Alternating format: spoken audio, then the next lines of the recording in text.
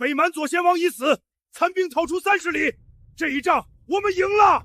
镇北侯威武！伤亡多少？阵亡3200，冻伤17000。军医说，若朝廷的东医再不到，兄弟们还能熬，可手脚未必保得住。朝廷说新帝登基会犒赏边军。报！京城钦差已到30里外，奉女帝圣旨前来犒赏镇北军。真来了！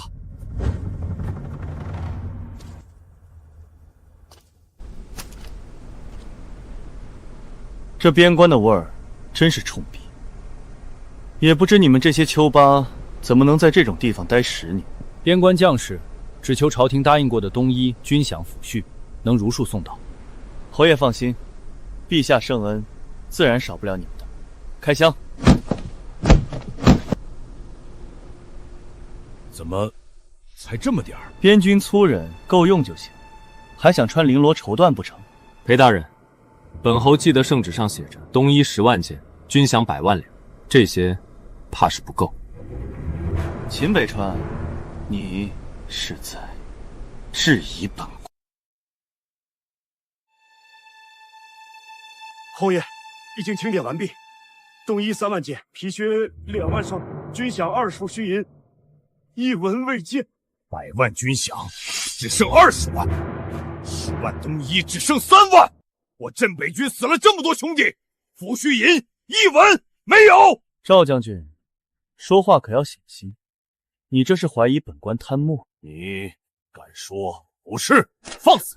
本官奉陛下圣旨而来，代表的是天子威严。你区区边将也敢对本官拔刀？秦侯爷，这就是你练出来的兵，不懂规矩，不知尊卑。怪不得京中有人说镇北军只认秦北川，不认朝廷。裴大人，饭可以乱吃，话不能乱说。本官说错了吗？陛下登基大喜，特意赐下犒赏，可你们不但不感恩，还当众钦点，质疑拔刀，这不是藐视朝廷是什么？圣旨。原件呢？在此。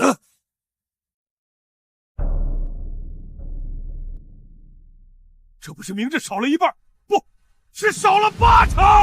边关路远，运输损耗难免有缺。再说了，朝廷如今也不宽裕，你们这些丘巴有口饭吃，有件衣穿，还挑3拣4。我兄长去年战死，家中老母还等着抚恤银买药。裴大人，抚恤银也会运输损耗吗？你叫什么名字？镇北军小卒，真是小卒也敢质问钦差。来人，掌嘴！秦侯爷，你这是要护短？他兄长死在北蛮刀下，他问抚恤银在哪里，本侯也想知道。秦北川，别忘了，本官手里握着陛下圣旨，赏赐给不给，怎么给，都由本官说了算。你若懂事，今日让10万铁骑跪下谢恩，再把北境马税交给官打理，剩下的东衣和银子，本官自然替你说几句好话。若不懂事，你就让这些兵继续冻着。也就是说，陛下赐给边军的东西被你扣了，边军还要跪下巴结你，你才肯还一部分。侯爷要这么理解也不是不行。赵破秦、丰营、清障，本侯要看看裴大人这一路到底损耗了多少边军的命。末将在。秦北川，你敢查钦差？你不是钦差，你是贼。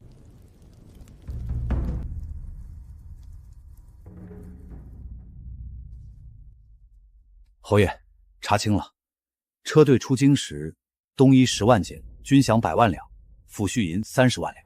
过云州，少东衣2万，少银10万；过凉州，少东衣3万，少银20万。入北境之前，又被裴大人名下商后暂借银40万。暂借？边军战死兄弟的抚恤也能暂借？荒唐！这些账册谁写的？谁能证明是真的？秦北川，本官看你是早有预谋，想构陷朝廷命官。这是户部封条，这是沿途州府交接印，这是你裴家商号的借据。裴大人，还要本侯替你把每一笔念出来吗？秦北川，本官奉旨犒军你不跪谢也就罢了，竟敢私查钦差行账，是不是以为自己手握10万铁骑就能藐视朝廷？本侯镇边10年，北蛮17次犯境，本侯没退过一步。先帝病重，京城夺嫡，本侯没动过一兵。新帝登基，本侯仍在边关替他守国门。你说本侯蔑视朝廷？你若忠心，就该跪下谢恩。镇北军在，有人贪你们东衣，吞你们军饷，扣你们兄弟抚恤。现在他要你们跪下谢恩，你们跪不跪？不跪！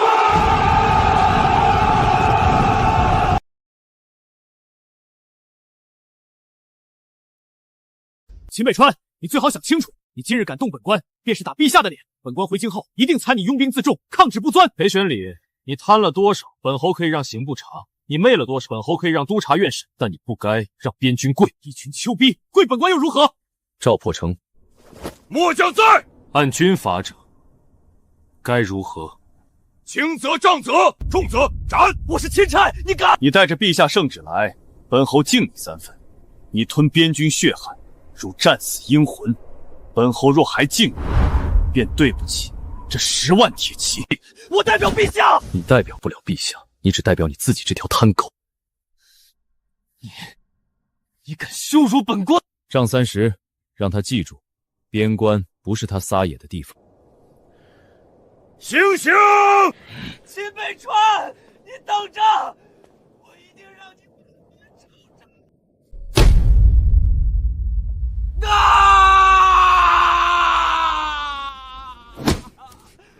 别打了，别打了！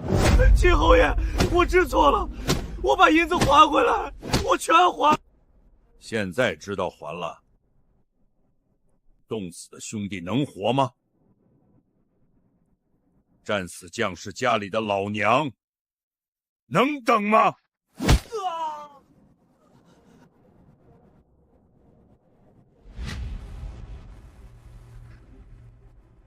这些账，本侯已经抄了3份，1份送户部，1份送督察院，1份随你一起回京。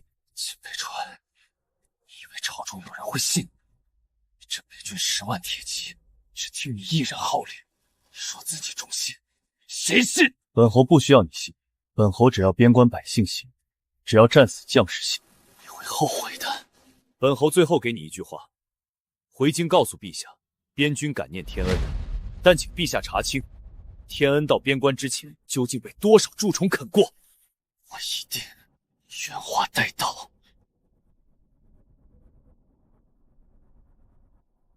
侯爷，就这么放他走？这狗东西回京后肯定反咬一口。我知道。那你还放？不让他回去，京城只会说我镇北军扣押钦差；让他回去，他会告我，但他也会让京城那些人自己露出流言。侯爷是说，朝中不止一个裴玄礼？100万军饷从户部出，到边关只剩20。这一路，云州、凉州转运司、兵部、裴家商号，人人都伸了手。裴玄礼只是最初、最贪、最先跳出来的那一个。那我们怎么办？京城若真烂到根部，他们不会只冲我来，他们会动我的家人。嫂夫人和小世子还在京城，把这封信送给周青金，告诉他，若京城风向不对，立刻护住夫人和安儿，银子、铺子、暗线全部可以不动。是。您怎么就防着这点？我镇边10年，见过太多了。狼从可怕的是，家门里也养狼。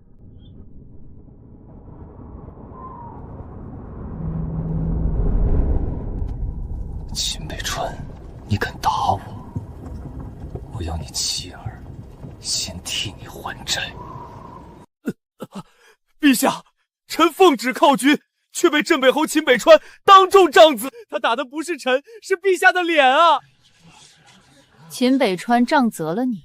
不止如此，他当着10万铁骑的面说臣代表不了陛下，还说边关只认镇北侯，不认朝廷。陛下，秦北川已有反心。陛下，镇北侯镇守北境10年，战功赫赫，此事或许另有隐情，不如先查听军赏账目。陛下，臣一路押送犒赏，清清白白。秦北川所谓账册，全是他伪造。他真正目的是借口军赏不足，煽动边军怨恨朝廷。陛下，裴大人虽有不谨之处，但秦北川当众杖责钦差确是事实。此例一开，日后各地手握重兵之将，是否都能以军中不满为由私刑朝臣？国舅觉得秦北川有反心，臣不敢断言。但秦北川镇边10年，练10万铁骑，直至镇北侯，大明帝登基，正是皇权未稳，这下入法，后患无穷。秦北川当真敢反？若他不反，为何不回京述职？若他忠心，不跪京城隍。召镇北侯夫人沈清河、世子秦安入宫问话。娘，爹什么时候回来？等北境不下雪，等外敌不犯边，你爹就会回来看你。那我要快点长大，长大后我也去边关帮爹守城。你若真想帮他，就先守好自己的心。圣旨到，陛下有旨。镇北侯秦北川杖责钦差藐视皇权，其掐沈清河妻子秦安立刻入宫候问，不得有误。我爹没有藐视皇权，我爹是大雍的大英雄。小世子，宫里不是你撒野的地方。臣父接旨。去找周掌柜，告诉他北风起了。是。娘，我们会有事吗？怕吗？不怕，我是爹的儿子。那就记住，进了宫，不管他们说什么，你爹都不是反贼。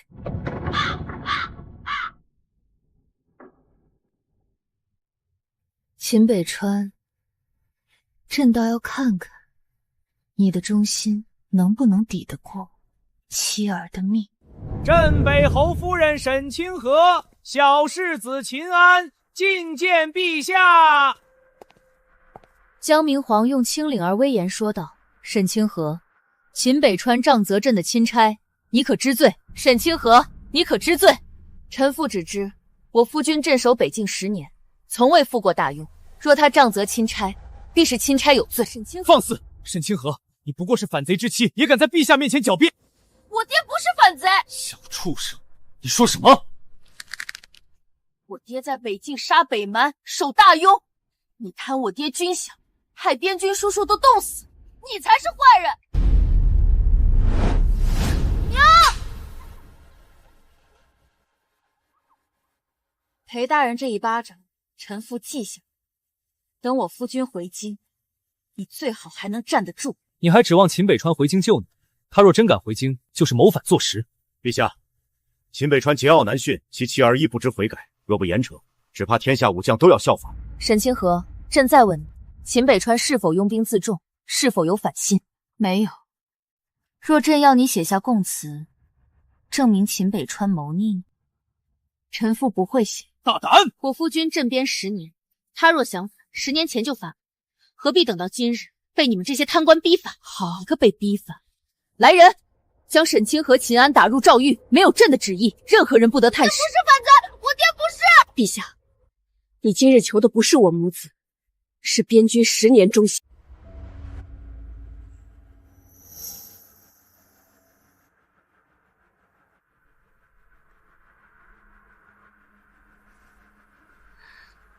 娘，爹会来救我们吗？会。但你爹现在还在边关，若北蛮未退，他不能回来。安儿，你爹守的不只是我们，还有北境100万百姓。我们是他的家，边关也是他的家。那我不哭，我不能让爹分心。沈清河，陛下仁慈，给你最后一次机会。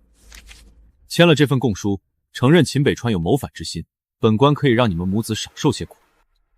不签。嘴硬，本官倒要看看是你的骨头硬，还是你儿子的命硬。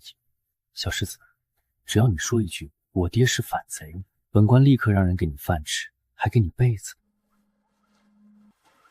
我爹不是反贼。再说一遍。我爹不是反贼，你才是贪官。好，好得很！从今日起，不许给他们送热食，不许给炭火。本官倒要看看一个孩子能硬到什么时候。裴大人，他毕竟是镇北侯世子。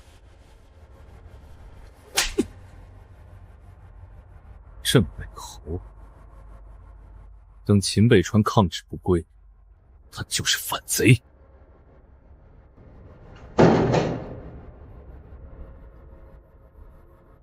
娘，你干！儿乖，睡一会儿。娘，我没有骂爹。娘知道，你爹也会知道。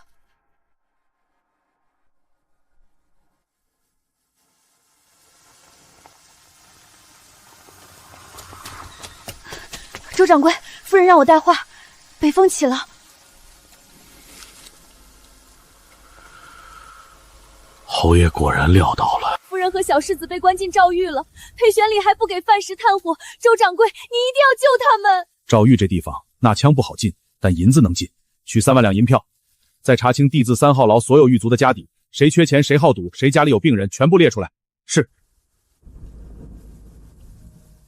满朝文武或许还会怕死，但贪官不怕收钱。侯爷守了大雍10年，今日轮到我们守他的家了。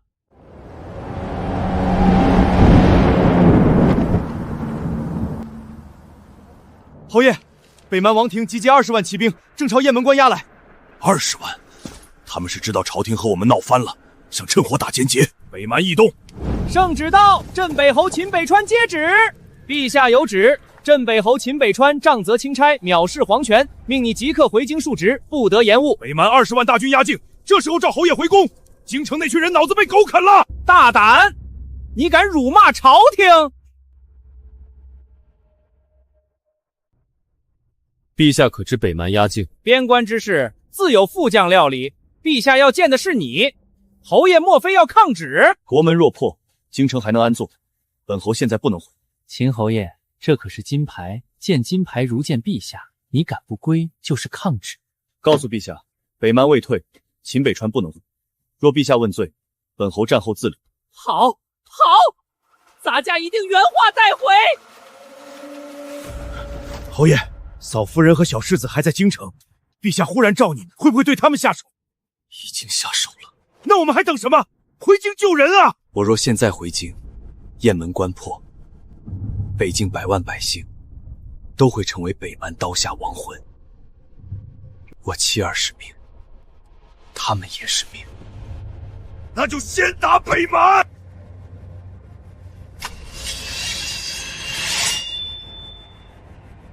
传令，3军备战，本侯要在3日内打断北蛮的脊梁。陛下，镇北侯拒不回京，他说北蛮未退，不能归。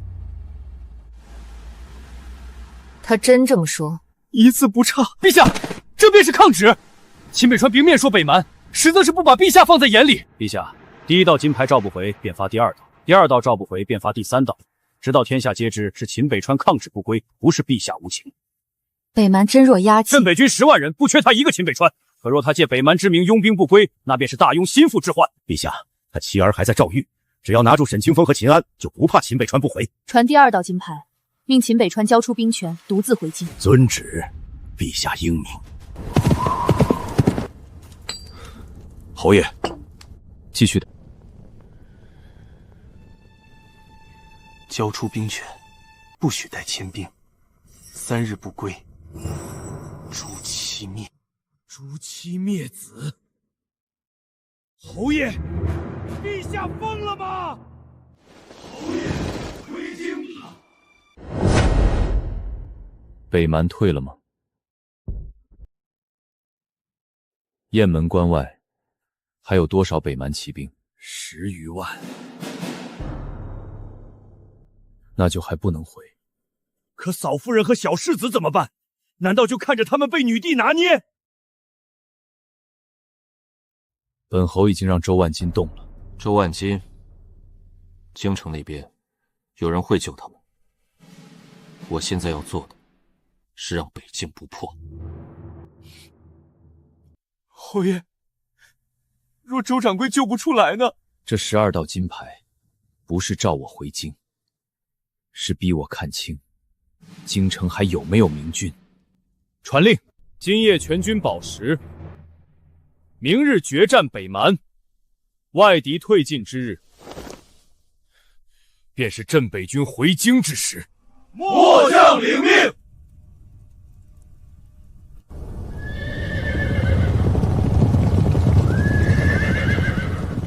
兄弟们，京城连发12道金牌，召本侯回京。最后一道，说本侯3日不归，便诛我妻儿。杀回京城，救夫人，救小世子。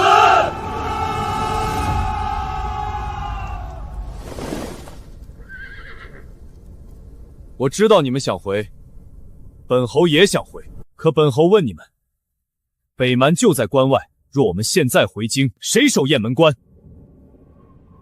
谁守北境百姓？谁守你们身后妻儿父母？我秦北川的妻儿是命，北境百姓也是命，镇北军的家眷也是命。所以，先灭外敌，再清内贼。先灭外敌，再清内贼。秦北川被女帝逼得后院起火，明日一战，他军心必乱。传令，明日全军压上，本王要踏破雁门关。北蛮王，你选错了时候。侯爷，北蛮全军压上了。好，省得本侯一个个整。秦北川，听说你的女帝要杀你妻儿，你现在跪下投降，本王可以替你杀回京城。本侯的家事不劳蛮王费心，你今日只需想一件事。何事？怎么死？镇北铁骑，凿阵！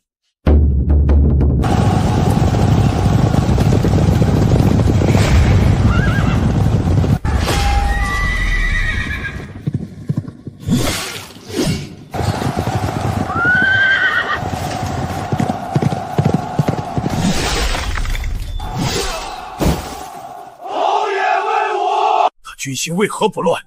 他的妻儿不是要死了吗？因为镇北军知道，国门未稳之前，本侯不会乱。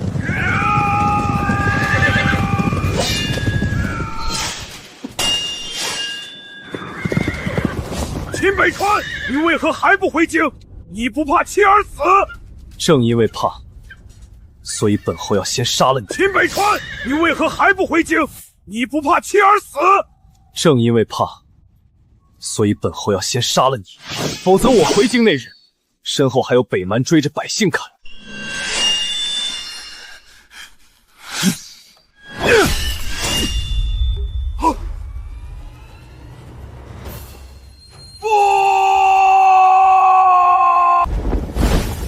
北蛮王已死，降者不杀。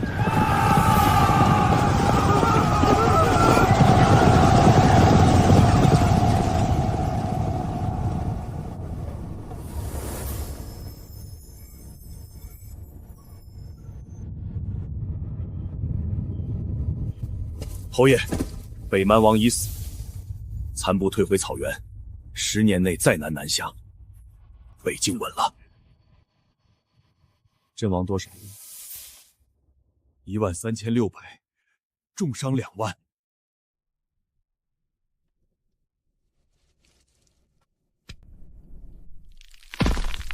记下名字。回京之后，第一件事，讨他们的抚恤银。侯爷，真要回京了。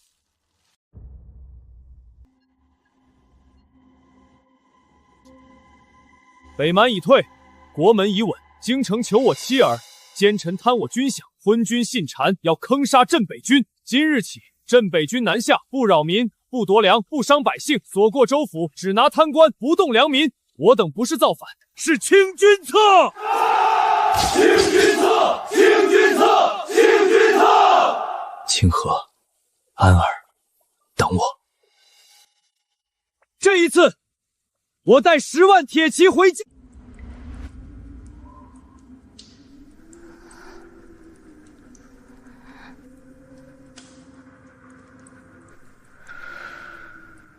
娘，我不饿，你吃吧。安儿，娘吃过了。娘骗人，你肚子都叫了。你爹在边关打仗，我们不能让他担心。沈清河，想清楚了吗？只要你签了供词，承认秦北川谋反，本官立刻给你们炭火热饭；不签，你们就在这里冻死。我爹不是反贼。小东西，还嘴硬。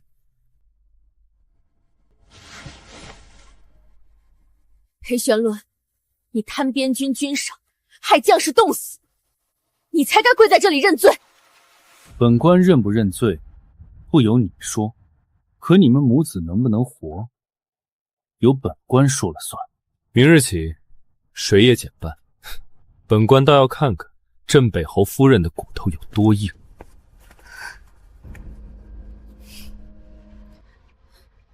娘，爹会知道我没骂他吗？会，你爹一定会知道。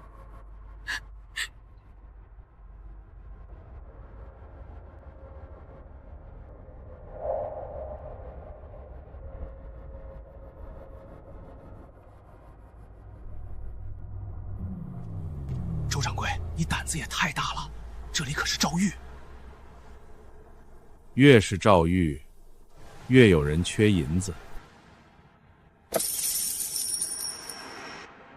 你想打听谁？弟子3号牢镇北侯夫人沈清河，还有小世子秦安。这2个人是陛下亲口下令关的。周掌柜，这钱我有命拿，未必有命花。你不拿也有人拿。我只问一句，弟子3号牢的钥匙在谁手里？典狱江向回，他儿子病重，正缺钱。缺钱就好。这世上最难开的门是忠臣的心，最容易开的门是贪官的手。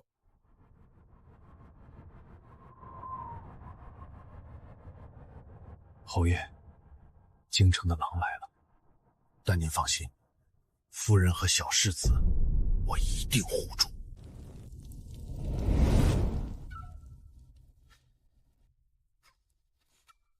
周掌柜，你找错人了。弟子3号牢的人是陛下亲自下旨关的，我不敢动。1万两。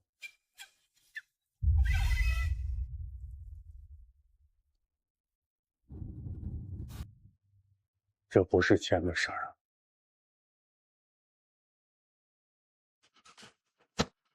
2万两。你儿子的病，京城太医院治不了，可江南有名医，诊金、药钱、路费都要。你查我？做生意的人见人先查账。江大人不是忠臣，也不是奸臣，你只是个想救儿子的父亲。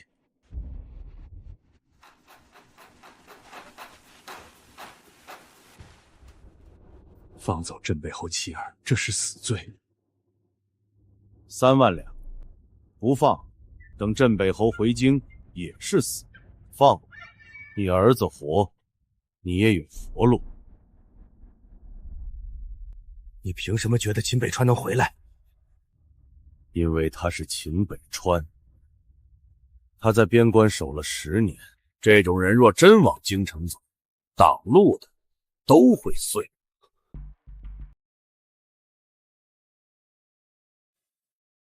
今晚3更，只有1炷香时间。江大人，救你儿子的不是我，是你今日留了一份人性。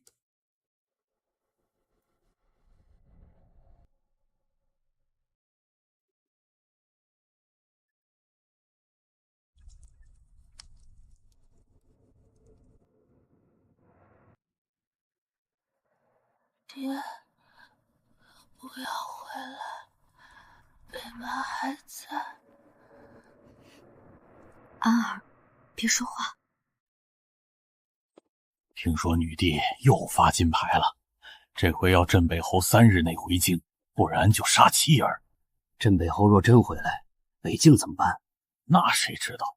反正上头说他有反心。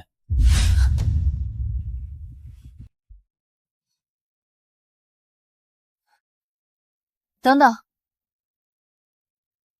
怎么？替我带一句话给裴玄礼。他要供词，可以，但我要见女帝亲使，否则我宁死不签。你真要签？我只是要让他们以为我撑不住了。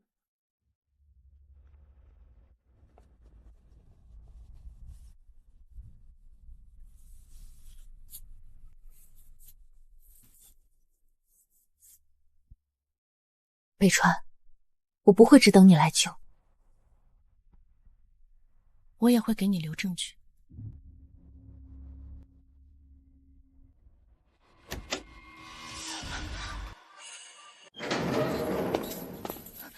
你是谁？侯爷京中暗线，周万金。夫人，北风起了。北川让你来的？侯爷早有安排，只是诏谕太严，来晚了一步，请夫人恕罪。安儿发烧，能走，但不能跑太久。备了马车，先换衣服，快点！3根换房只有1炷香，过了时辰，我也保不住你们。你是坏人吗？安儿，不许无礼。小世子说的也没错，我收了银子不算好人，但今晚至少不做坏人。牢里不能空，裴玄礼会查。已经准备好了。周掌柜，说好的事成之后给我家里500两，少不了。他们会死吗？他们本就是秋后问斩的死囚，这次替一夜，家人能活。走。娘，我能自己走。睡一会儿，娘背得动。不好，是裴玄礼，他这个时辰来做什么？沈清河不是要见女帝亲使吗？本官倒要看看他是真要签，还是又想耍花招。他是冲我来的，不能回牢，回去会撞上。前面有条废弃水道，能通外街，但要经过刑房后门。刑房后门今日有人看守。江大人，3万两买的是开门，再加1万两买你喊一声。商人真会趁火打劫。彼此。弟子2号犯人暴毙，快来人！快开门！本官要亲自看看镇北侯夫人还有几分硬气。沈清河，刚才不是说要见女帝亲使，怎么现在又装哑巴？裴大人，犯人受冻多日，又饿了几顿，怕是没力气说话。本官问你了吗？下官不敢。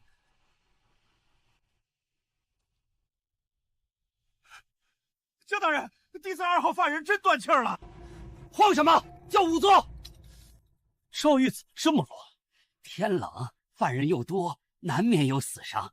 哼，秦安，你不是说你爹不是反贼吗？怎么不说了？看来冻几日骨头也软。告诉沈清溪，明日再不签，本官便先断秦安1根手指，看他还能硬多久。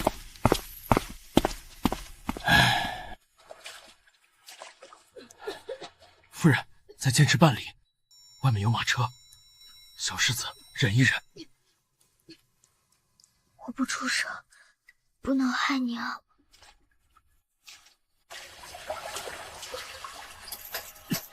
快！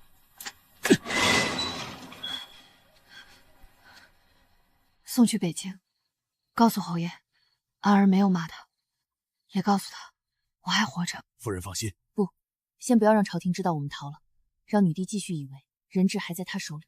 夫人是想他拿我母子当筹码，那就让他握着一枚空棋子继续下。秦北川，你齐儿还在本官手里，看你敢不敢回家。小世子受寒发热，又饿了几日，幸好底子还在，养几日便能缓过来。多谢先生。娘，我们真的出来了吗？出来了。那我们能去找爹吗？夫人，现在还不能去。朝廷若知道你们已经脱身，就会立刻换诏。现在女帝以为人质还在诏狱，反而会继续按原计划逼侯爷回京。那不是很危险吗？危险，但也是机会。你爹已经忍了太久，若他知道我们安全，他就不会再被女帝拿捏。那就告诉爹。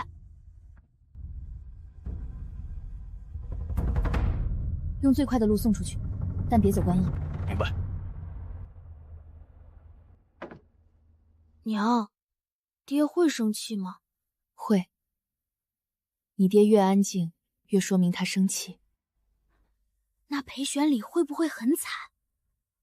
他会后悔活着回京。秦北川杀退北蛮了。启禀陛下，北蛮王已死，镇北军正在整军南下。他敢带兵回京？陛下，这正说明他有反心。臣建议立刻将沈清河和秦安推到午门示众。秦北川若还敢前移一步，便杀一人。人质还在诏狱。臣昨夜亲自去看过，沈清河和秦安都在弟子3号牢，他们已经撑不住了，过不了几日必会签供词。既然人质在手，便不必慌。北川南下，名为清君侧，实为谋反。只要他妻儿还在，10万起便不敢真攻皇城。传旨，命各州府拦截镇北军，再昭告天下，秦川抗旨不被拥兵南下，已有反心。若他继续前进，朕便先斩其妻儿。陛下英明。北川，现在你没有顾忌了。清河和安儿已安。嫂夫人和小世子救出来了。是，既然人救出来了，那接下来就该算你。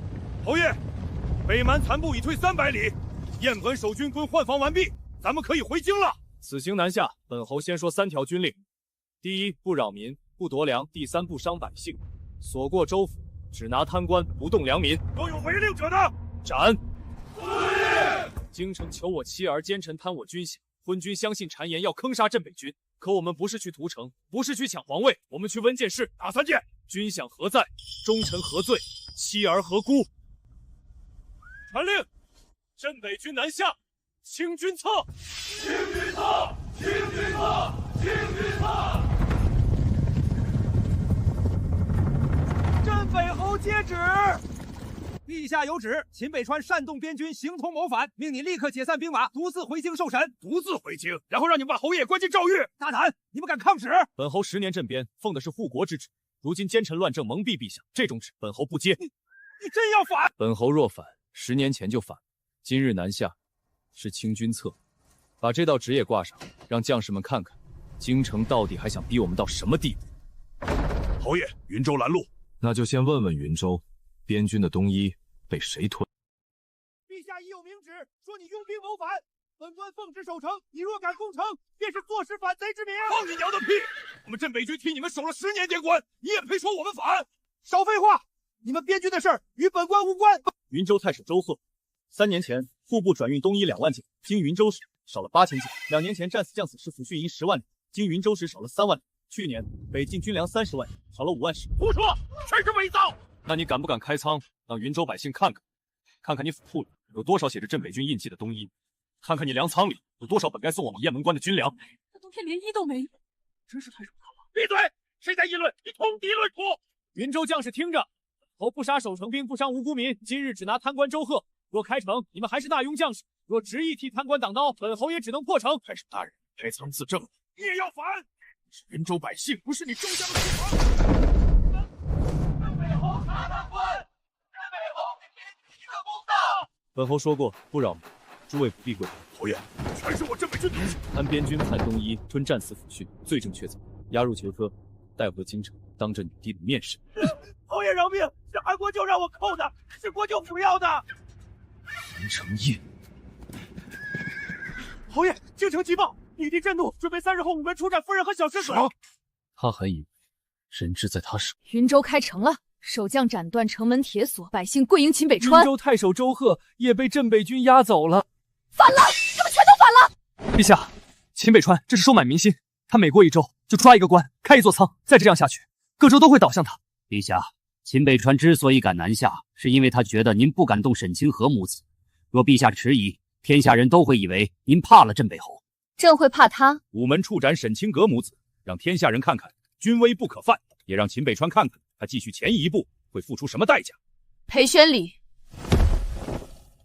臣在。去诏狱提人，3日后午门示众。秦北川若退兵，留他们一命；若继续南下，斩。臣遵旨。开门。裴大人，这么晚了，是要……陛下有旨，3日后午门处斩沈清河母子，本官来提人。是。沈清河，你不是骨头硬吗？3日后，本官就让你在午门跪着，看秦北川是退兵还是看着你儿子死。怕了，早签供词不就不用受这罪了？秦安，听好了，你爹若继续南下，你就是第一个死。怎么哑巴了？小世子受寒发热，嗓子挠坏了，这几日几乎说不出话。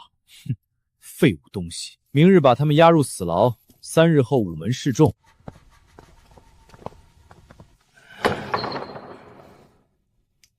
娘，他们还以为我们在牢里吗？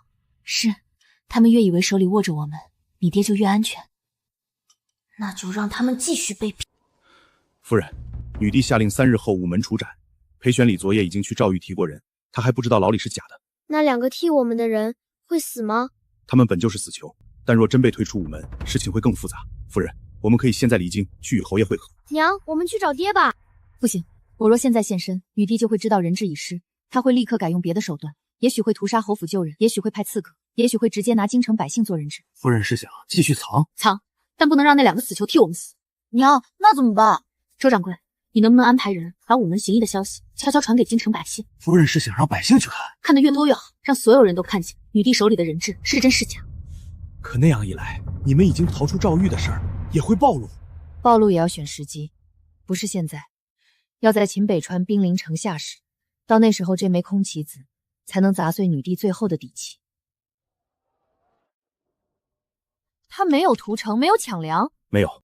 镇北军军纪严明，所过之处，百姓甚至主动送水送粮。他这是在抢朕的民心。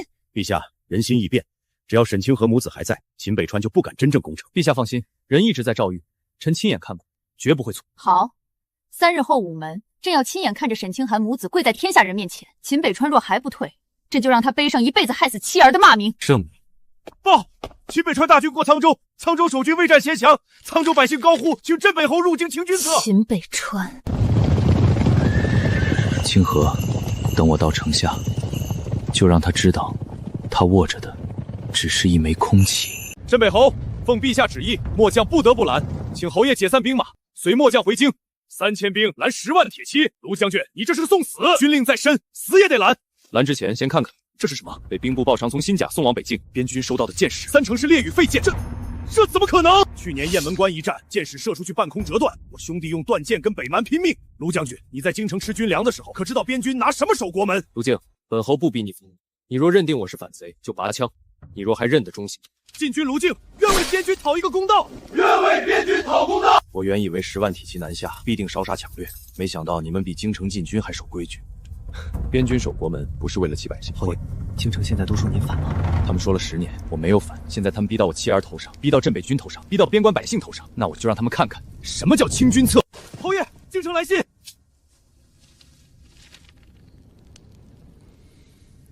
侯爷，嫂夫人怎么说？女帝还以为人质在手。好啊，等到皇城下，看他怎么收场。清河比我想的更狠，他不是只想脱身，他要让女帝在天下人面前亲手揭开自己朝堂的烂。夫人有此胆，怪侯爷能放心南下。传令，明日拔营，直取京畿。在午门行刑之前，本侯要到皇城下。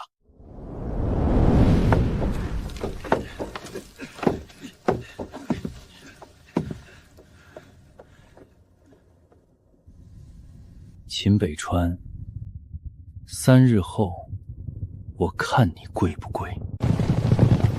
镇北侯来了。就是他在北京挡了北蛮10年，听说他不抢粮，还拿贪官的粮仓救灾。侯爷，这是家里刚烙的饼，边军娃娃们守边不容易，吃点热的吧。军令第1条，百姓的粮不白拿。侯爷，你们是来给咱们讨公道的。正因为是讨公道，才不能占北军白吃1张饼。明日便要借镇北军之名抢一座仓，规矩不能坏。登记百姓所送粮食，愿收的按市价3倍给银，不愿收的写下姓名，日后朝廷一并补偿。是。镇北侯不是反贼，反贼哪有给百姓银子的？请镇北侯入京查贪官。侯爷，京城说你收买民心，可我今日才知道，民心不是收买来的，是他们自己愿意给的。民心从不属于谁，谁护他们，他们便信谁。侯爷，查清了，沧州粮官刘奎扣北京军粮5万担，还趁去年雪灾高价卖给百姓。侯爷饶命，下官也是奉命行事啊！这粮有3成要送去国舅府，下官只是喝点汤。去年我家饿死2个孩子，就是因为买不起粮。原来粮仓里有粮，你们这些畜生！刘奎该死，但不能让他死在乱拳之中。本侯要带他回京，让女帝亲眼看看他养的是什么官。开仓，先还百姓去年被抢的粮，剩下的补入镇北军粮册。是。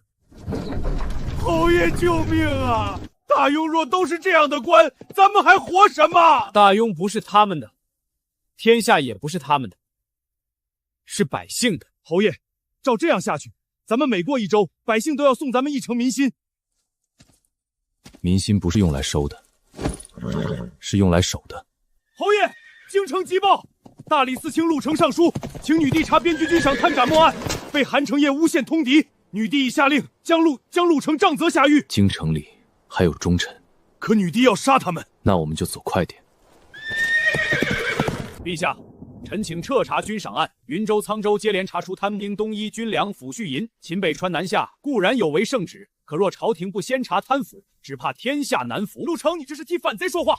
裴玄礼，你身为犒军钦差，边军赏赐少了80%，你不解释军赏去向，却一口一个反贼，到底是谁怕查？你血口喷人！陆大人，秦北川率10万铁骑南下已事实，此时追查军赏，岂不是乱陛下军心，助秦北川生事？国就此言差矣。军心为何乱？因为将士冻死无人问。民心为何动？因为百姓饿死时粮在贪官仓中。陛下若还只问秦北川为何南下，却不问他为何被逼南下，那才是真的动摇国本。陆成，你是在说朕错了？臣只愿陛下查清真相。若秦北川被奸臣构陷，陛下今日若杀其妻儿，便是自断边军10年忠心。陛下，陆成威严落田，臣已查明，陆成府中有人与镇北军暗通书信，他今日不是死谏，是替秦北川逼宫。韩承业，你血口喷人！证据在此。陆成，你还有何话说？欲加之罪，何患无辞？陆成勾结反贼，扰乱朝纲，杖责80，革去大理寺卿之职，押入天牢候审。陛下，臣不怕的是大庸忠臣不敢说话，武将不敢守边，百姓不敢喊冤。陆大人，死到临头还嘴硬。裴玄礼，你会死得比我难看。行刑！陛下，若此时停手，秦北川会以为您怕了。继续。陛下，你错杀忠臣，必失天下。陛下，陆成已死，厚葬。罪臣之身，不宜厚葬。那便按罪臣处置。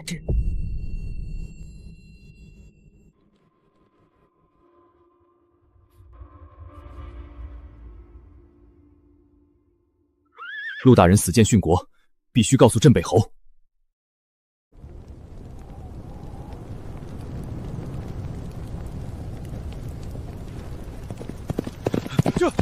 侯爷，陆大人死了。哪个陆大人？是大理寺卿陆成，他上书请女帝查军赏贪墨案，被韩承业诬陷通敌，女帝杖责80，陆大人死在刑杖场，临死一下错杀忠臣，必失天下。畜生！陆大人是朝中少有替边军说话的人。陆成刚正不阿，连先帝都敬他3分，女帝竟然杀了他。陆大人的尸身呢？按罪臣处置，不准入祖坟。陆家老小被看押，门生故意不敢收尸。赵破林，末将在。派人入京，护陆家老小，收陆成尸骨，将他的灵位送来军中。是。京城还没到，这笔账又多了一笔。朕真的错了吗？陛下没有错，陆成不过被秦北川蛊惑，若今日不杀他，明日满朝文武都会替秦北川说话。可他临死前，此人最会庄重，陛下要看活人的选择。如今秦北川已经逼近京畿，必须尽快斩断他的念想。陛下，午门刑台已经搭好，3日后只要把沈清河和秦安推出去，秦北川必然退兵。人质确定无误。臣亲眼看过，沈清河和秦安都在诏狱，那小畜生已经烧坏了嗓子，连话都说不出来。陛下放心，万无一失。万无一失这4个字，不要轻易说。明日再去查一次，午门之前不许出差错。是。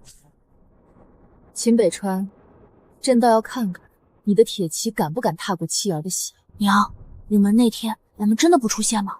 不到最后一刻不出现。你爹要的不只是救我们，他要让天下人看清这座皇城烂到什么地步。裴大人，国舅有令，必须确认人质无误。本官已经看过几次了，沈清河母子就在这里，还能飞了不成？那就再看一次。沈清河，把头抬起来。不好，小世子旧寒复发！废物！明日就要午门示众，现在死了怎么办？裴大人，小世子受寒多日，若不让医官瞧瞧，怕是撑不到明日。叫医官，别让他死，但也别让他说话。为何一直戴头套？裴大人说，小世子脸上冻伤严重，怕明日示众吓到百姓。至于沈夫人，几日未食，脸色难看，也怕损了朝廷体面。行了，明日午门上一揭，不就都知道了？现在折腾什么？明日若出差错，你我都要人头落地。哼，不会有差错。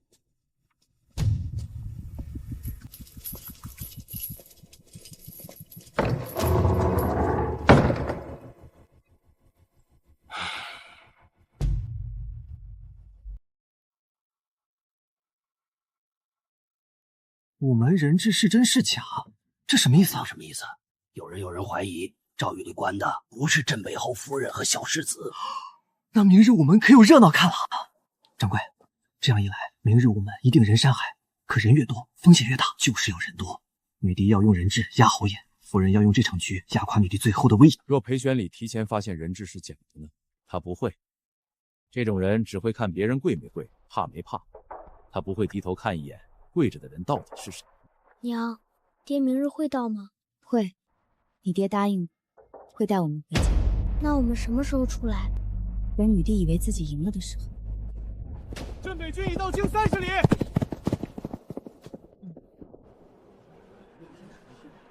听说今天要斩镇北侯妻儿。镇北侯不是刚打北蛮吗？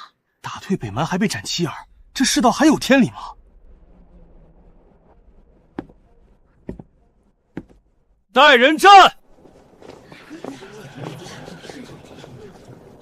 镇北侯秦北川谤责钦差，抗旨不归，拥兵南下。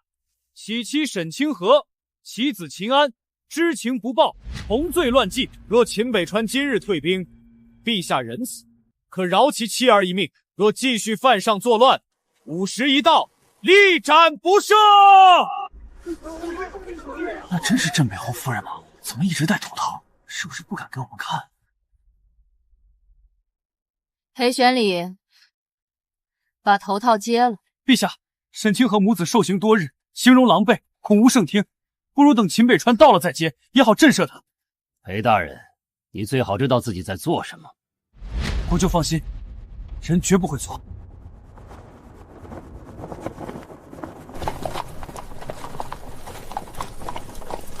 侯爷，边军冤枉啊！请侯爷替杜大人报仇。侯爷，夫人和小世子就在城中安全处，午门上是假的，您可千万别被女帝激怒。我知道，既然知道是假的，侯爷为何还来？因为我要让女帝亲口把这场戏。她越笃定等会就越来，她越想用人质压我，天下人越能看清她的谎言已经烂到连赵玉的程度。裴玄礼那个东西，还以为自己稳了，他会是第一个。秦北川，你终于来了！陛下，北蛮已退，国门已稳，臣今日回京，处问3件事。你带兵逼宫，还有脸自称臣？军饷何在？忠臣何罪？妻儿何辜？你再敢前进一步，朕便杀你妻儿！陛下，你确定那是我的妻儿？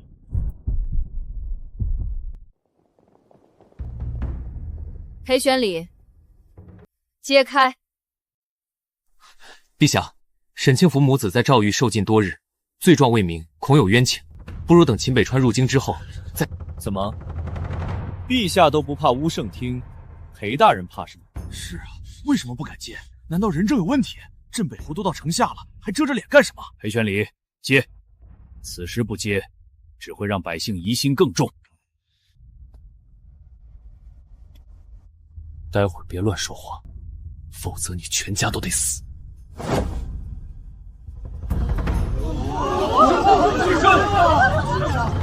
裴玄礼，陛下，小世子病重，脸肿得厉害，所以看起来年纪大些。8岁孩子病一场，还能长出胡茬？沈清河总是真的，刚才只是赵玉弄错了小囚犯。大人饶命！民妇只是死囚，是有人给我家里银子，让我替一夜，我什么都不知道啊！假的，全是假的！女帝用假人质威胁镇北侯，赵玉连人都看不住，还敢说镇北侯谋反？臣不知啊！陛下，你的赵玉3万两就能开门，你的钦差连人质真假都分不清，你还拿什么威胁？人呢？沈清袭和秦安呢？陛下，臣昨夜亲自去看过，他们明明就在赵玉，一定是赵玉典狱私放人户，臣也是被蒙蔽啊！江怀远呢？回国舅，赵玉典狱江怀远已经不见了，他的家眷也连夜离京。地字3号牢墙角发现被刮掉的锁印，还有银票灰烬。银票灰烬，诏谕典狱江生远开第3号牢，狱卒王三、吏部郎中陈繁广调换巡守银2000两窜署名册，内侍刘福收银800两，遮掩提审记录。连诏狱都能买通，这还是皇城吗？这是钱庄吗？怪不得边军军饷到不了北境，原来这满朝上下都能卖。秦北川，你竟敢贿赂诏狱，劫走朝廷要犯！我不是劫走朝廷要犯，是从你腐烂的朝堂里赎回我的妻儿。镇北侯，纵然诏狱有贪腐，你私自买通官吏也是不法。我就说的对，所以我今日回京，就是来查一查大庸的是用来护百姓，还是用来给贪官开价。陛下，他这是狡辩，就算人质不在，他带兵入京也是谋反。裴玄礼，急什么？人质是假，账目你贪边军犒赏的账，本侯还没跟你算。那便今日一起算。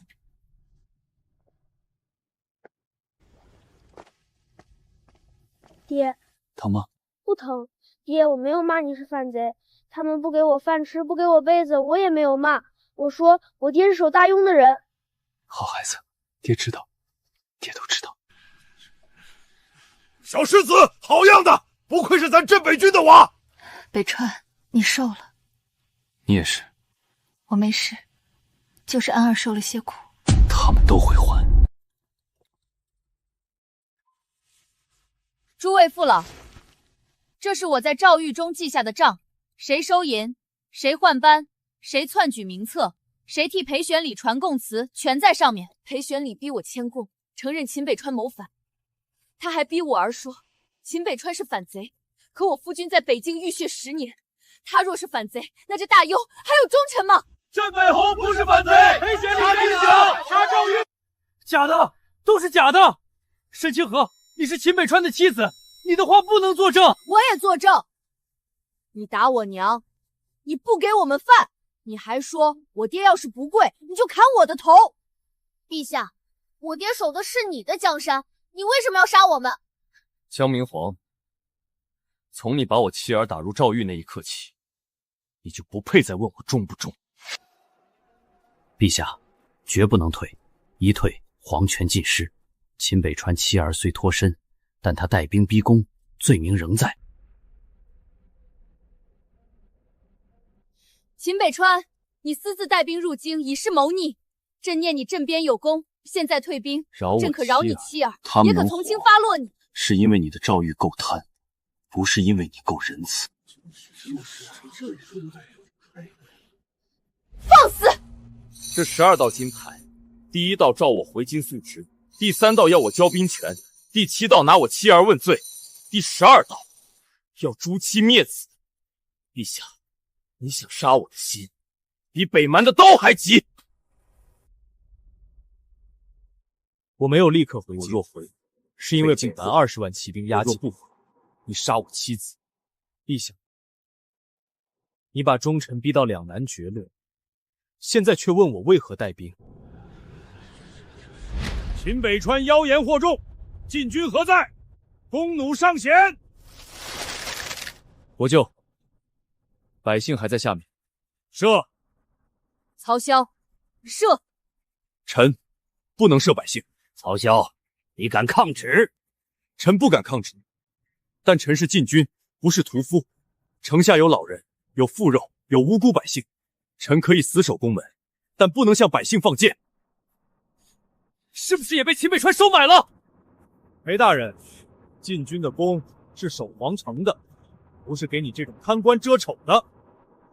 曹骁，朕最后命你一次，放箭。臣恕难从命。你不射，帮国舅射。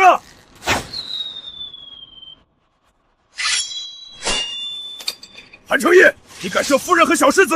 韩承业，你这一箭把最后一点体力射没了。镇北军听令，破午门，不入民巷，不伤百姓，只拿奸臣，只清军策。破午门，听军策。曹骁，你还不守门？人守是大庸，不是韩家的罪。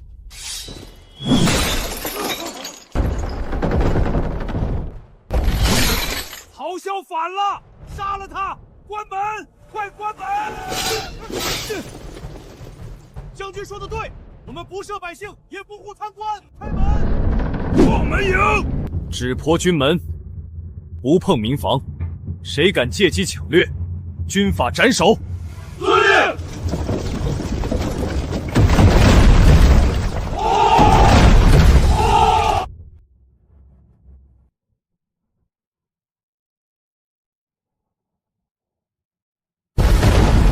他们真的不伤百姓？镇北军是来清贪官的，开门，让镇北侯进去。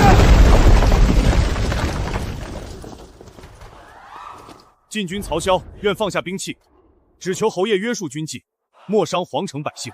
你守住了禁军最后一本毒气，本侯答应你，镇北军不伤一名百姓。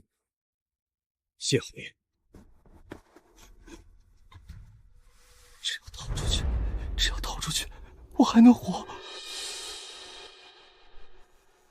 裴大人，这么急着去哪儿？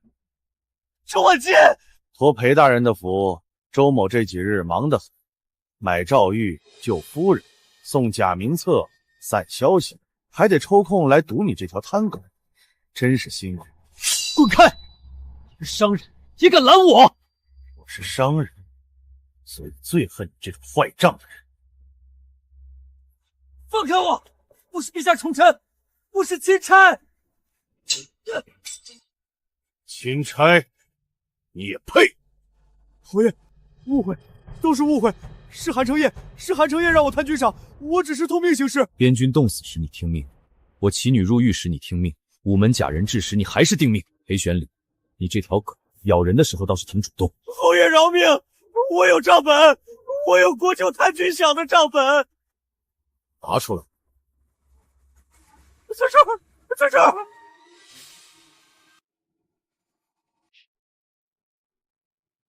韩承业，现在轮到你了。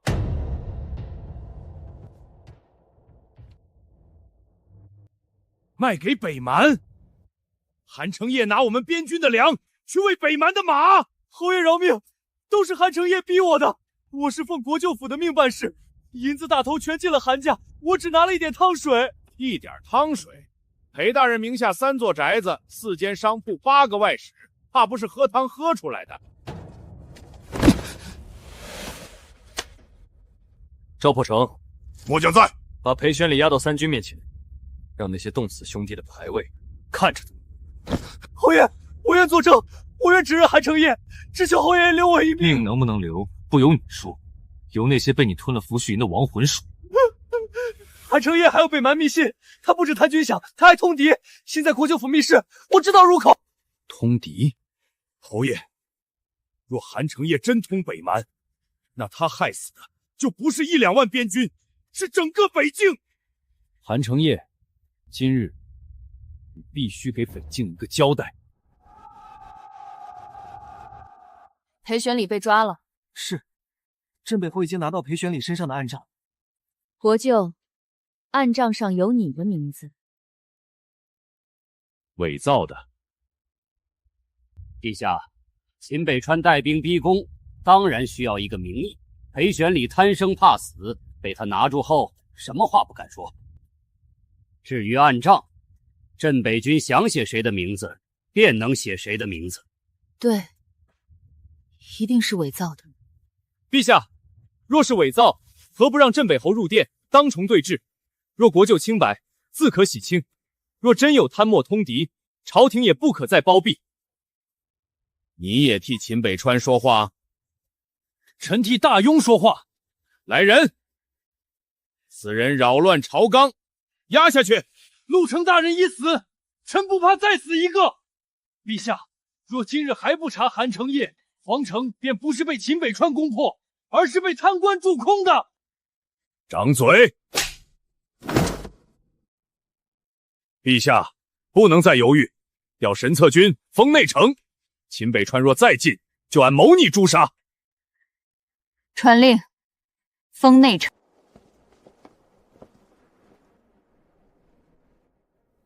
密室入口在哪儿？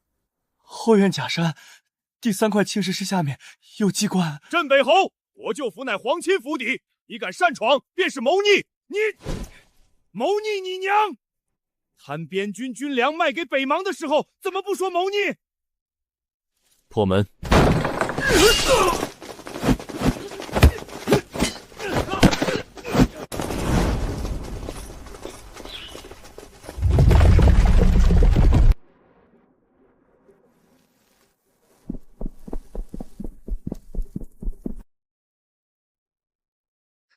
侯爷，这是北境布防图。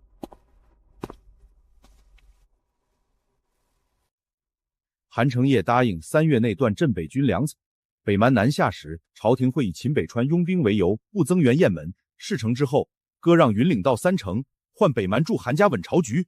3城？那些城里有多少百姓？韩承业这老狗，拿百姓的命去换他的权！赵破卿，末将在。把这些密信、布防图、银箱、军械全部封存，送到午门。我要让全京城看见，谁才是真正的反贼。陛下，不好了！镇北军闯入国舅府，搜出北蛮密信和北境布防图。什么？胡说！国舅府内怎会有北蛮密信？镇北侯已经将证据押往午门，百姓都看见了，信上还有国舅私印。伪造，全是秦北川伪造。国舅，私印也能伪造，可国舅府密室如何伪造？北境布防图又如何解释？闭嘴！国舅，你告诉朕，那些信是真是假？真假重要吗？陛下，你能登基是靠韩家，禁军半数将领是韩家提拔，户部、兵部、转运司哪处没有韩家的人？现在你若查我，查出的不是我一个人，是你这张龙椅下面整个根基都烂了。你承认了？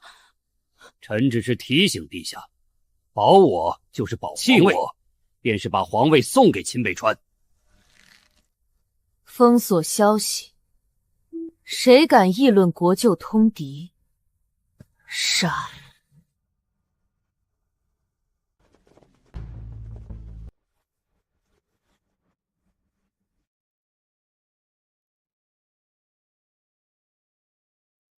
娘，这些就是害边军叔叔们没饭吃的人留下的东西吗？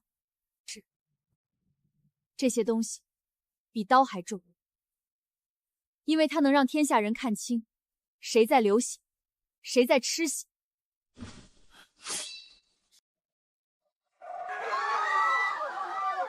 保护密信！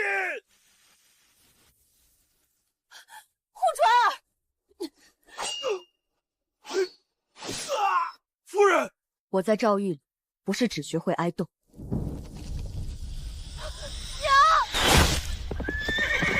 拿下！证据无损。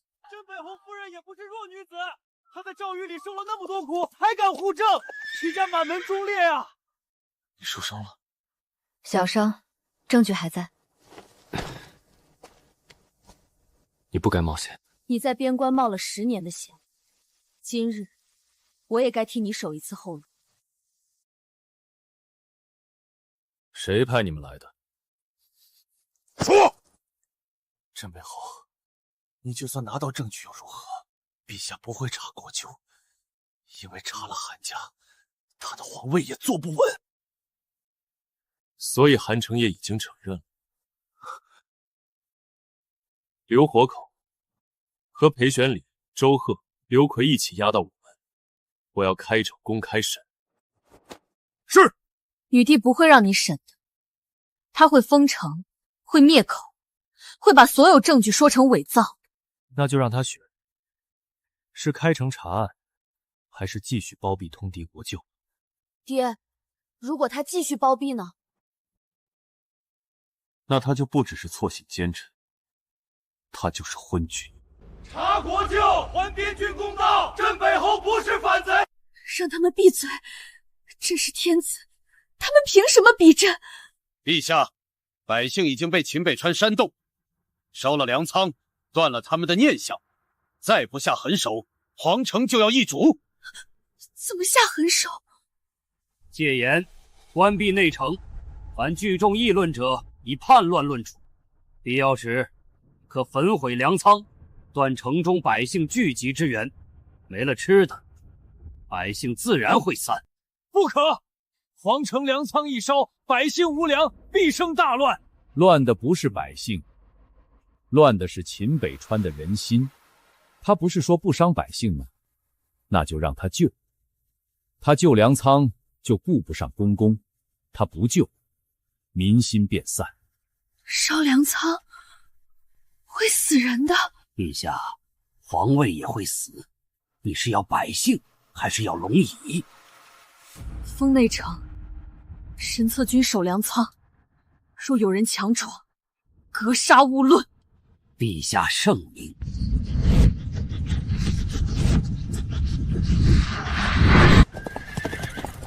谁放的火？神策军守粮仓，突然有人从里面点火，他们还封了仓门，不许百姓靠近。这是要烧死百姓！陛下有令，粮仓重地，任何人不得擅入。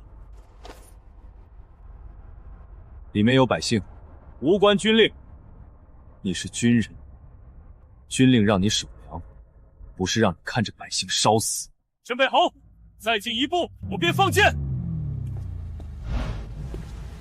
侯爷，镇北军听令，救火，救人，不许杀降，不许伤百姓，挡路者缴械，放箭！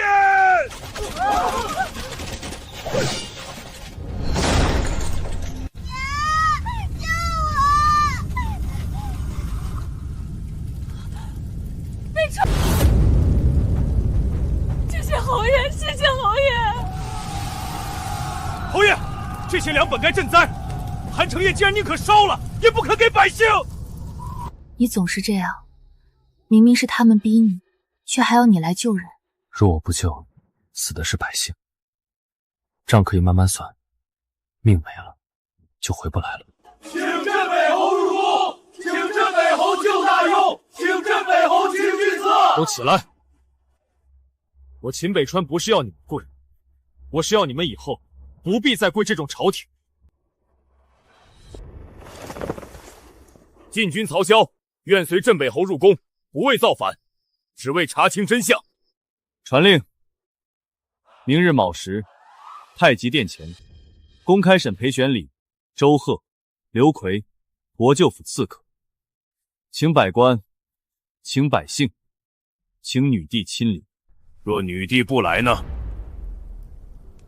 那我便亲自去问。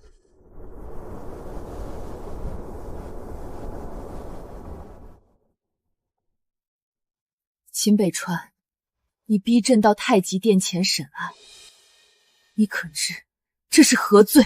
陛下，臣今日不问罪名，只问3件事。第一问，10万边军东移，3万到了北境，7万去了何处？第二问，北境10年战死将士，抚恤银为何不入遗属手中？第三问，北境布防图为何会出现在国舅府密室？北蛮王庭密信为何盖着韩城业私印？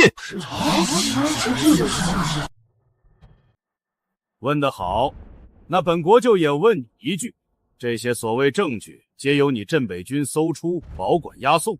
你说它是真的，它便是真的。秦北川，你带兵逼宫，伪造证据构陷国舅，才是真正的乱臣贼子。不错，证据未必可信。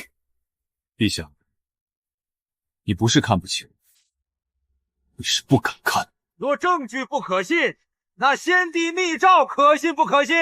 先帝遗诏在此。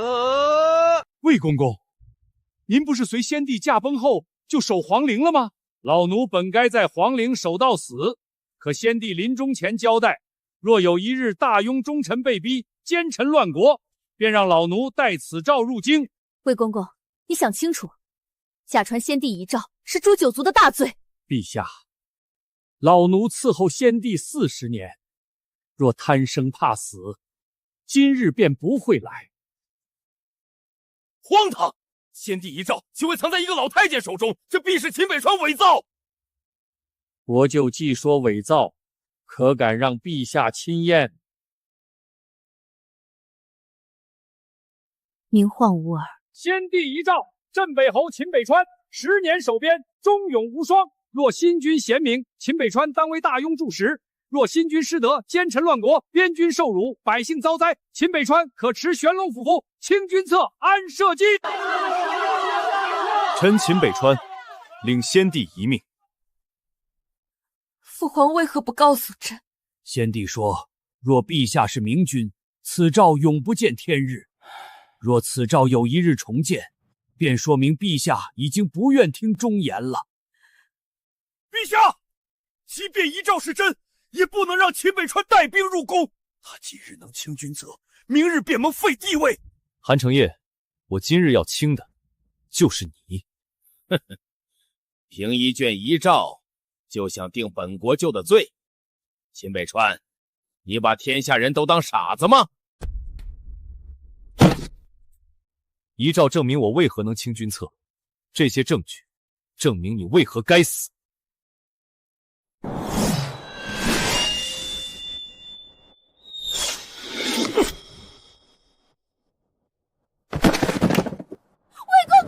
陛下，先帝盼您做明君，莫要再错。杀传诏老臣，韩承业，你连最后一层遮羞不懂得要了。镇北侯谋反，妖言惑众，护驾！陛下，先帝遗诏在此，北蛮密信在此，边军暗帐在此，韩承业通敌，贪军饷，杀传诏老臣，请陛下下旨拿国舅问罪。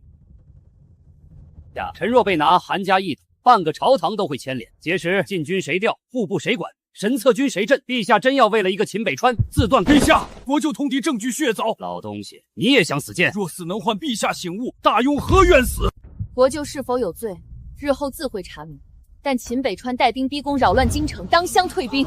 又称日后。魏公公死了，你还说日后？边军冻死、饿死，百姓粮仓被烧，你仍说日后？陛下，你的日后是给奸臣托命的。秦北川，你放肆！臣已经放肆很多次了，可每一次都是陛下。秦北川挟民逼宫，假造证据，假借先帝遗诏谋逆。神策军听令，护驾平叛。百姓还在广场，百姓被反贼蛊惑，便是乱民。再敢迟疑，按抗阵上前！神策军将士听着，本侯今日奉先帝遗命清君侧，不杀降兵，不伤百姓。你们若还是大庸军人，就别替通敌国舅挡刀。动摇军心者死！韩承业，你杀边军，杀忠臣，杀百姓，现在连自己的兵也杀。能护住皇权，死几个兵又如何？镇北军，叫神策军械，拿韩承业。杀！都醒醒！你们护的是通敌贼，不是大庸。军令在身。军令让你给北邙奸细卖命吗？你若还有血性，就回头看看，韩承业刚杀的是你的兵。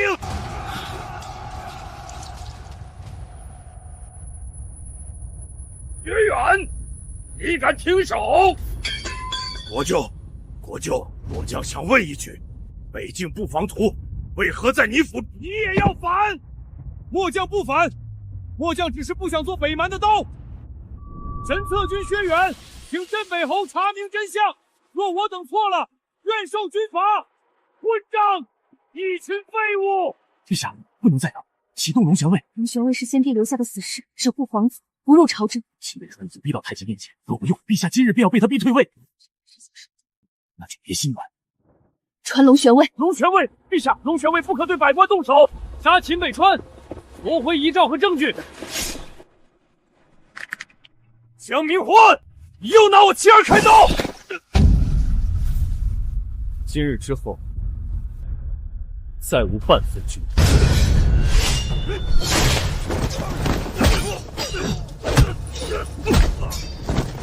顾夫人，顾小世子。娘，爹真的来了。是，他一直都会来。秦北川，玄龙虎符另一半在镇守中，部署合一可调镇北军。朕命你麾下10万铁骑，立刻退兵。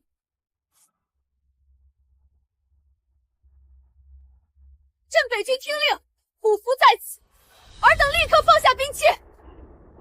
你们敢抗虎符？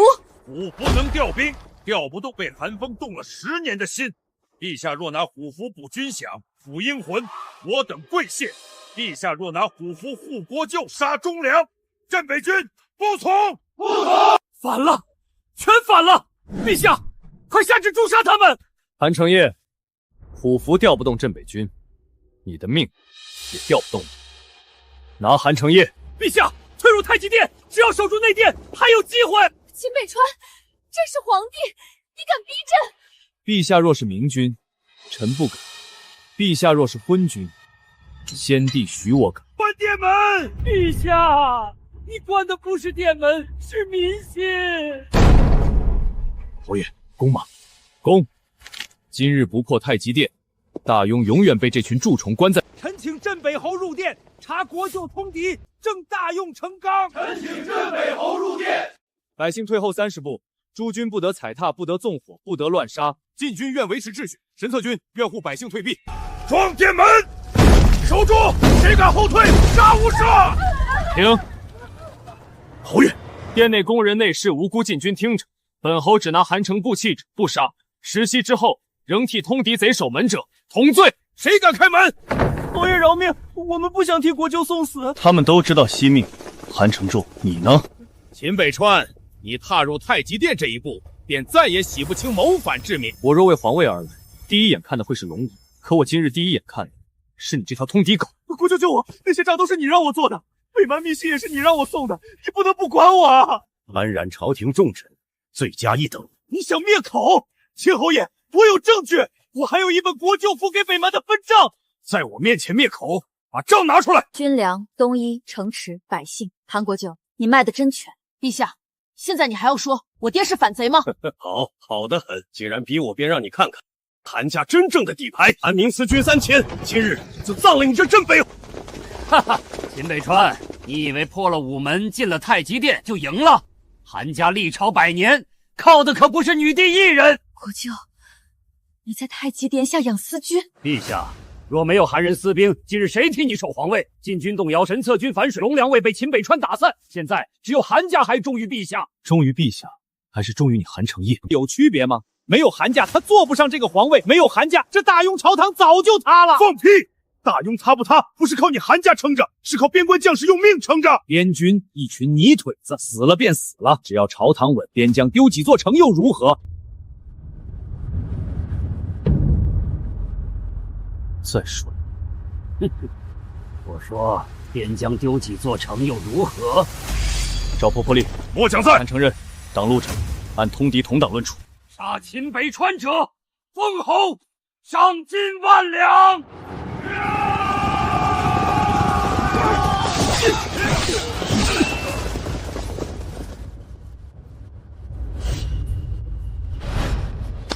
北蛮古服。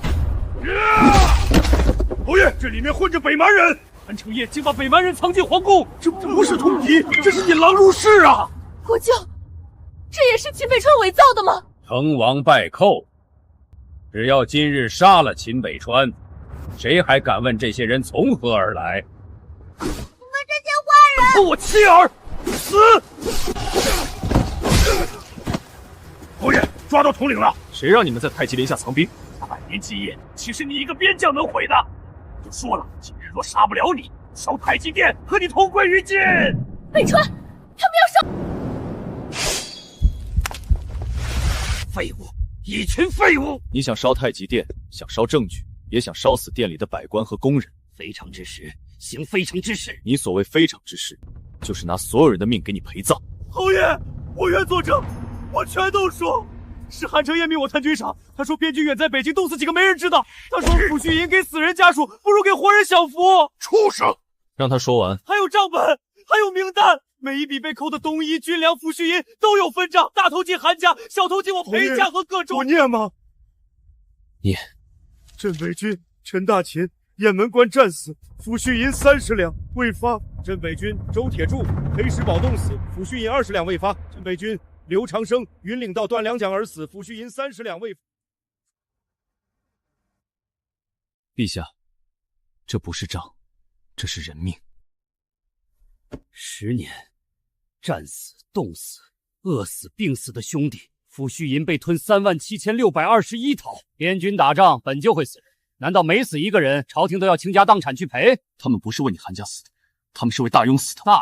大庸就是朝堂，就是世家，就是皇权。没有我们这些人，哪来的大庸？没有百姓，没有将士，才没有大庸。秦北川，你说的再漂亮，也不过是一个武夫。今日你杀了我，明日世家便会让天下停摆，粮路断，税银停，官员罢朝，你拿什么治国？天下不是世家的，是百姓的。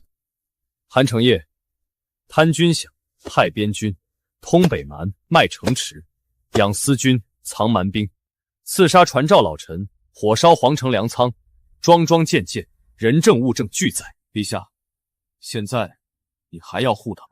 陛下，想清楚，你若弃我，韩家便不再保你。看来陛下还是不敢。那臣替先帝，替边军，替大庸百姓，斩国贼。顾家，国舅，你做什么？陛下，别怪臣，你已经护不住韩家了。既然如此，你这皇位也该换个更听话的人来做。你一直在利用朕。陛下今日才知道，没有韩家，你不过是先帝留下的一个小姑娘，是韩家把你扶上龙椅，也是韩家替你挡朝臣。你真以为自己是天命之主？韩承业，放开他，再识得也是大庸女帝，不是你手里的挡箭牌。秦北川，你不是清君侧吗？我今日就站在君后，你敢动手吗？北川，赵国英，来，3息后砸左柱图灯，1、2，你数什么？3。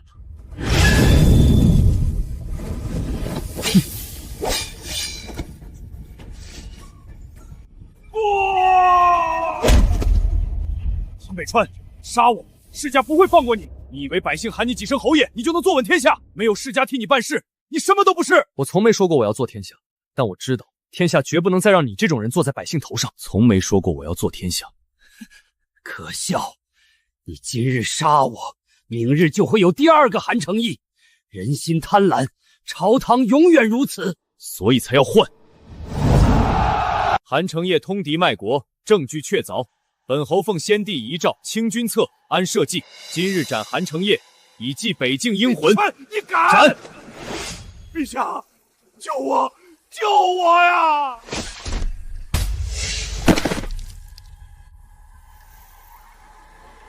告慰英魂！告慰英魂！告慰英魂！国贼已诛，陛下，该轮到你给天下一个交代了。交代？朕是皇帝，朕不需要向任何人交代。秦北川，杀了国舅，你杀了朕的根基。不是给我，是给陆城，给魏公公，给北京战死将士，给被烧粮仓的百姓。百姓、忠臣，你们一个个都拿这些东西逼朕，朕只是想坐稳皇位，有什么错？真正的王位不是靠杀忠臣坐稳的，是靠让百姓相信你能护他们。你闭嘴！若不是你，秦北川不会南下；若不是你们母子，朕不会被天下人耻笑。不是我们害你，是你先害我们，朕就先杀了你！爹！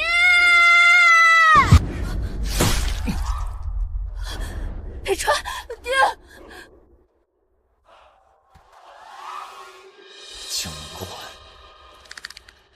这是你第3次拿我的妻儿开刀。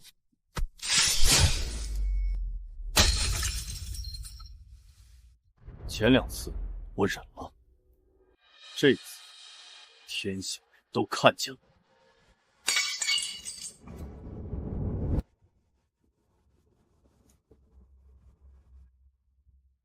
臣曹骁不再昏君之命，臣薛远不再奉昏君之命，臣等不再奉昏君之命。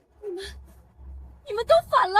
陛下，不是臣等反了，是陛下先背弃了大庸。陛下错杀忠臣，包庇国贼，火烧粮仓，刺杀镇北侯，齐着君德一事，臣请废帝！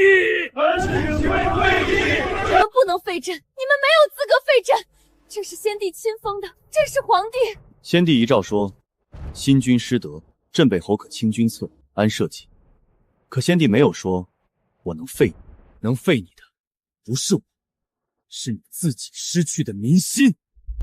民心。废帝！废帝！江明皇，你还听得见吗？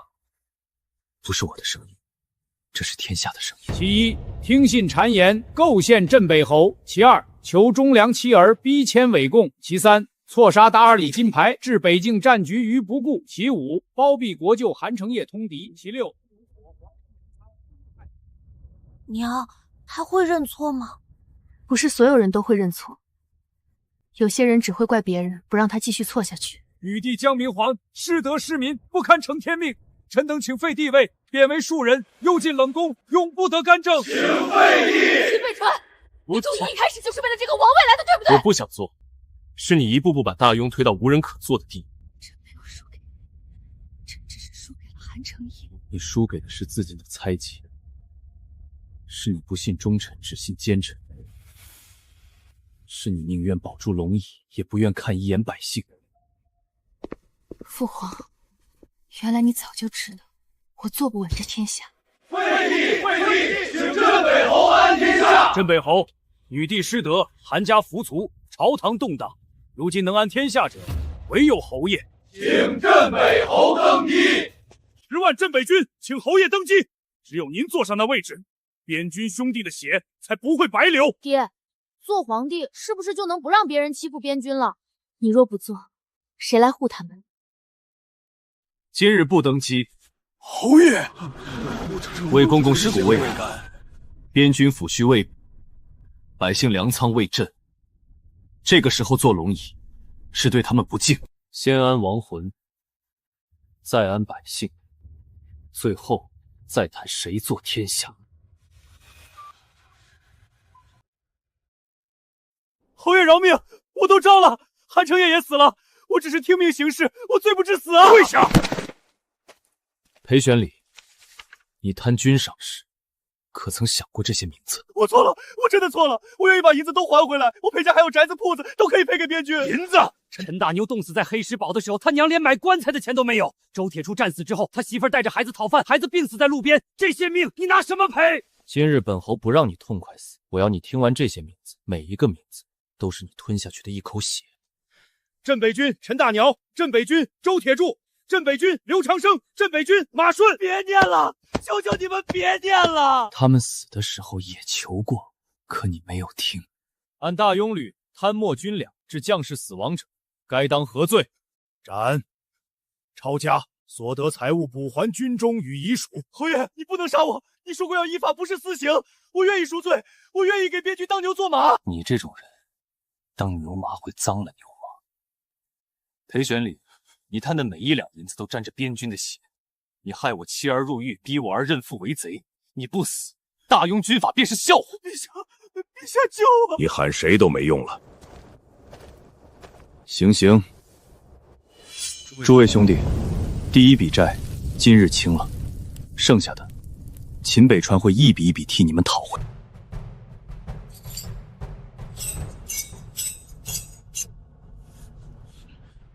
侯爷，为何要将这些金牌挂在朝堂？让后来的皇帝看，让后来的朝臣看，忠臣是怎么被逼成反贼的，边军是怎么被逼到皇城下的。这一道金牌送到北境时，北蛮20万大军压在雁门关外。我若回京，北境破；我若不回，妻儿死。这是先帝留下的大庸皇权，还是奸臣手里的杀人刀？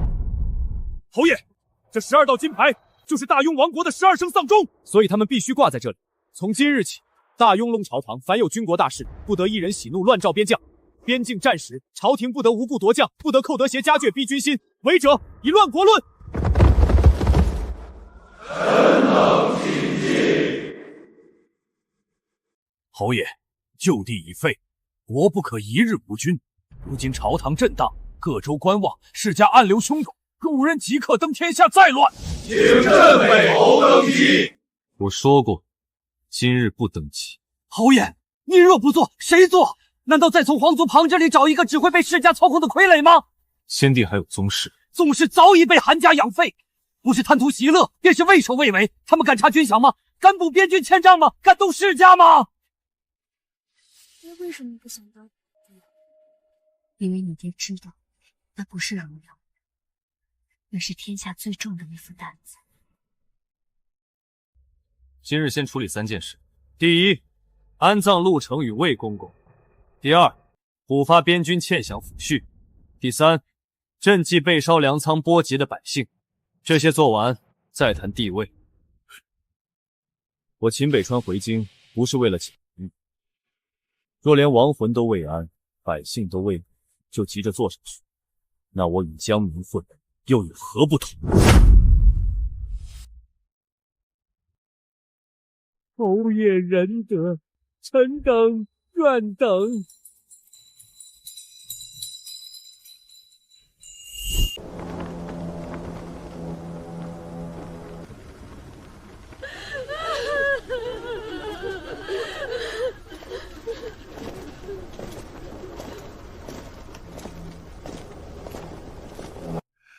侯爷，我父亲死前说，他没能救下您妻儿，也没能阻止女帝。他说他愧对大庸。你父亲没有愧对任何人，是大庸愧对他。陆程死谏，为的是查明君赏贪腐，为的是保大庸最后一点清明。今日恢复陆程大理寺卿之名，追封忠烈公，陆家3代由朝廷供养。陆程门生故意，先前因牵连被贬者，重新核查，不得冤枉一人。谨遵侯爷令。侯爷，陆大人死前，朝堂无人敢救，臣等惭愧。惭愧没有用，以后朝堂上若再有忠臣死谏，你们要做的不是低头保命，是站出来和他一起说话。臣记住了。侯爷，韩家、裴家、周贺、刘奎等人的抄家银已经清点完毕，补边军欠饷后，还能胜济京城百姓。先补百姓被烧粮仓损失，再修粮仓，最后补官府库银。侯爷，朝廷库银空虚，若不先补库，后面新政难行啊！百姓饿着肚子，新政也难行。库银可以慢慢填，人饿死了，填不回来。侯爷，我娘说您是好人，以后还会有人烧粮仓吗？不会，以后粮仓是百姓的命仓，谁敢烧，谁偿命。请镇北侯登基，请镇北侯护天下。这已经是第2次了，我还不能答应。为什么？我怕自己一答应，就忘了今日这些眼睛。我怕坐上去后，也变成只看龙椅不看百姓的人。那就记住今日，让这些眼睛永远看着你。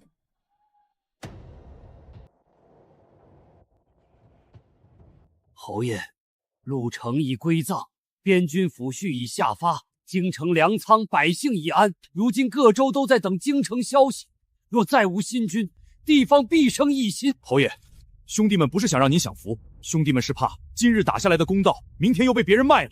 您若不做，那些世家迟早再扶一个江明混出来。这是第3次请命，侯爷若仍拒绝，臣等便只能请天下百姓联名上书。不必拿百姓逼我，他们不是逼你，他们是在把自己托付给你。爹，皇帝是不是会很累？很累，比守边还累。那为什么大家还要你做？因为他们怕再来一个坏皇帝。那爹做皇帝可以不让别人跪吗？我在诏狱里跪过，娘也跪过，边军叔叔们给女帝跪过，可他还是要杀他们。如果爹做皇帝，能不能让好人不用跪坏人？北川，这个答案只有你坐上去才能给他。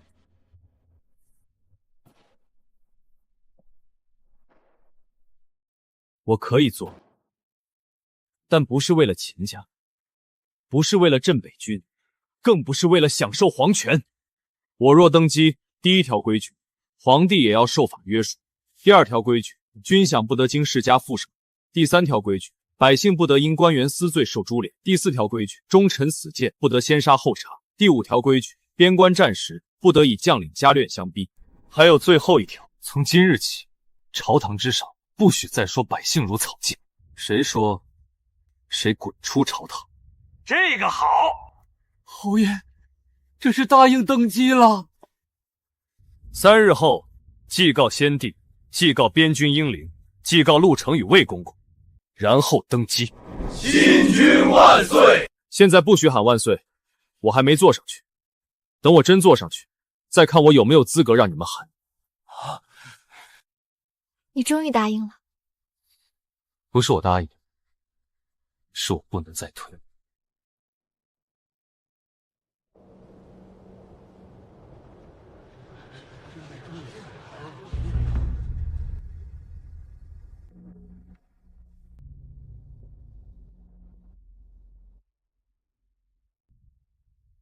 北境诸将士，秦北川今日登基，不敢忘你们之死。若有一日，我也成了弑边君如草芥之人，愿天下人以今日之名册问我罪。愿随陛下守天下。忠臣之血，不该白流。今日之后，朝堂可以骂皇帝，只要骂得有理，便不许杀。大庸有望了。娘，爹会是好皇帝吗？会，因为他怕自己不是。请新帝授官。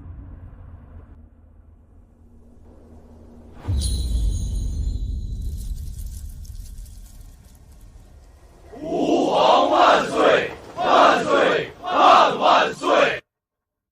朕登基第一诏，补发镇北军10年欠饷，战死将士抚恤按3倍补给。遗孤由朝廷供养至成年，将士父母无人赡养者，由当地官府按月公粮。若有官员再敢贪边军1两银子，斩。遵旨。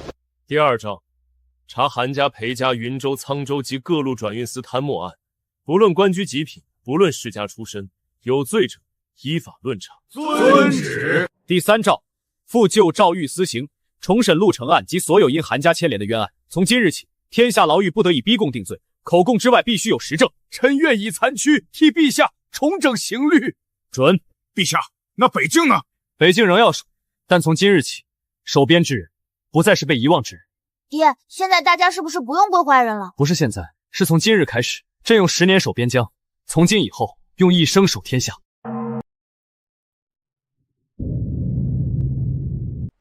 陛下登基初定，朝局未稳。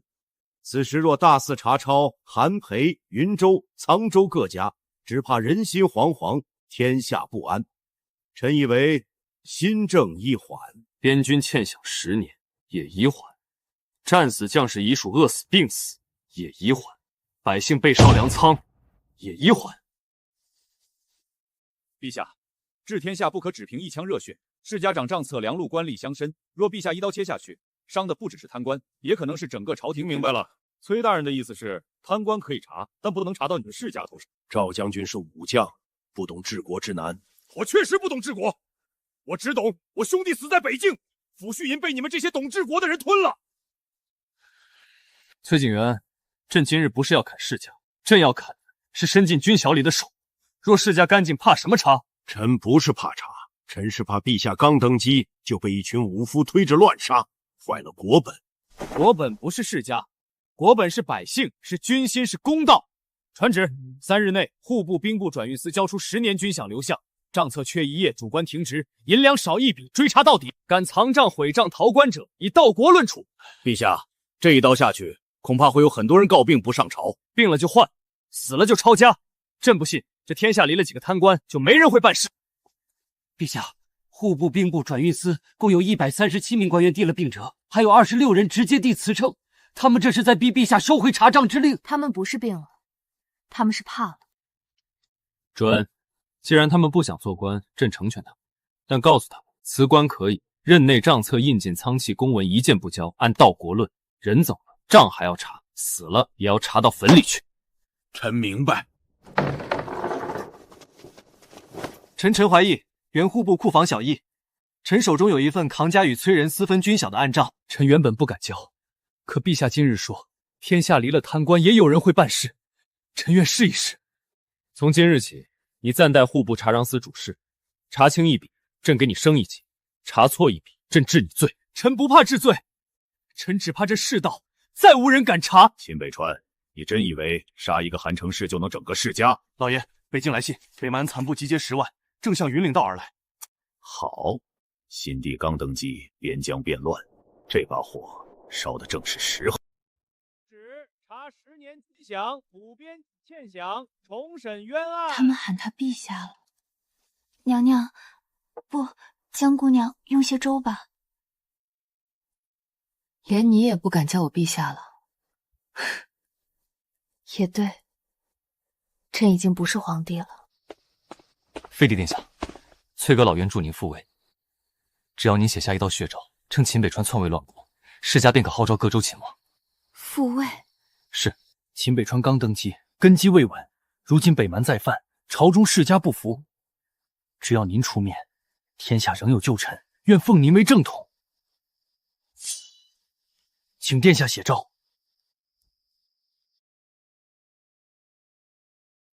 我爹守的是你的江山，你为什么要杀我们？我已经错了一次，不能再拿天下给世家陪葬。殿下，这是您唯一的机会。不，这是你们世家唯一的机会。你们想借我这块废掉的招牌，重新做回百姓头上。既然殿下不肯写，那便只好请殿下死得有用些。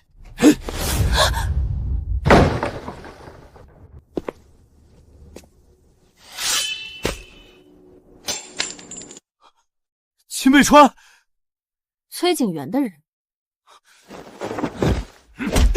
好，爷爷等你半天了。你派人盯着我？不是盯你，是盯世家。崔景元想用你复辟，朕猜到了。你来是看我笑话？朕来问你一件事：韩承业死前是否还有边防暗线？这是韩承业曾交给我的。他说，若镇北军不听虎符，还有一条能乱北境的线。当时我没有多问，现在想来，是北蛮。云岭道。北蛮残部正在向云岭道集结，看来韩家死而不赢。秦北川，我不求你原谅，但若北境再乱，别让百姓替我的错继续还债。朕不会。那就好，至少你比我更像皇帝。陛下，云岭道急报，北蛮10万骑兵压境。陛下刚登基，北蛮便犯边。若陛下不亲征，边军恐怕不服；若陛下亲征，京中又无人坐镇，此事难啊！崔大人说了半天，就是想让陛下离京。陛下一走，你们世家好关门造反。赵将军慎言，老臣只是为江山考虑。云岭道守军多少？回陛下，云岭道守军3万，但因韩家多年克扣燕姐，若骤老去军械，北蛮10万骑兵，云岭道最多撑5日。所以臣才请陛下亲征，只有陛下能稳北境军心。所以臣才请陛下亲征。当今天下，只有陛下能稳北境军心。不必，臣去。陛下刚登基，京城新政才开，这时候陛下不能走。北蛮来的是残部，不是北蛮王庭。臣跟随陛下10年，打过他们无数次。臣能。赵将军勇勇可嘉，可若败了呢？败了，我提头回来。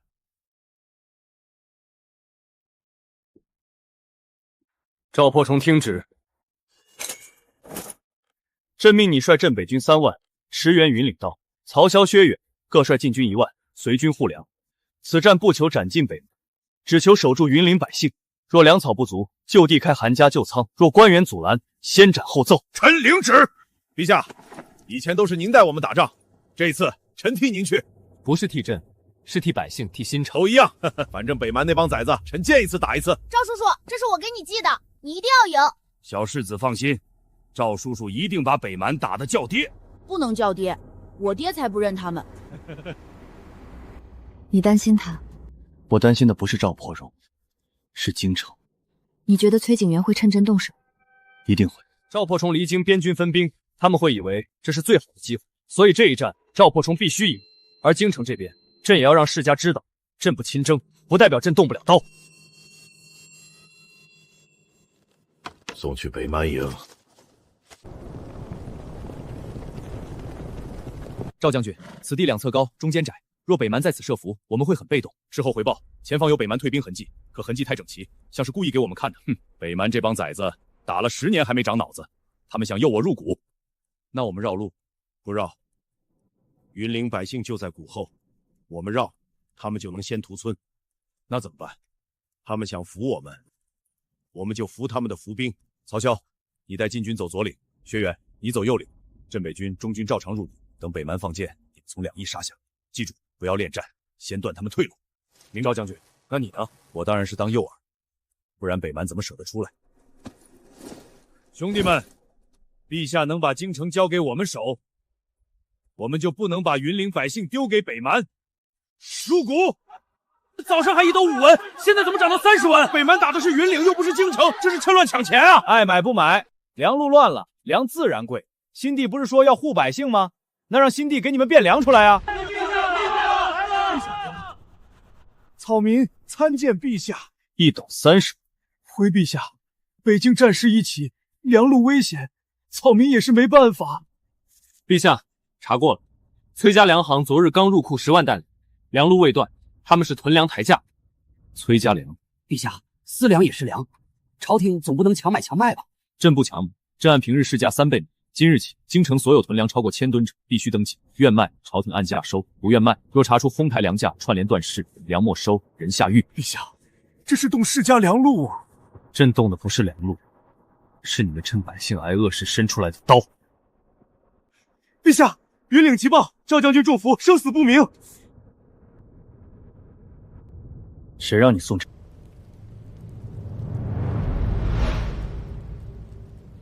陛下，臣早说过，北蛮犯境，非陛下亲征不可。如今赵将军中伏，云岭危急，请陛下立刻停止查账，稳定朝局，亲征北境。若京中继续查抄，粮路不稳，前线更难支撑，请陛下以大局为重。陈怀义，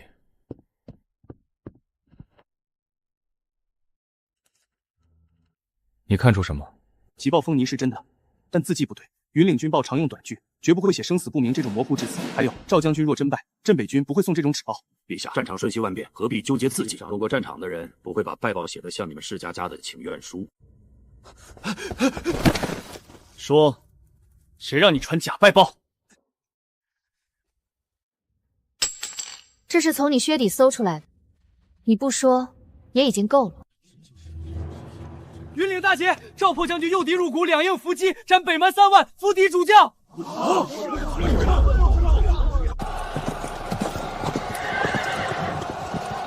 军胜了，北蛮败了，新朝为我。臣赵破窗幸不辱命，云岭百姓无一村被屠，北蛮主将被俘。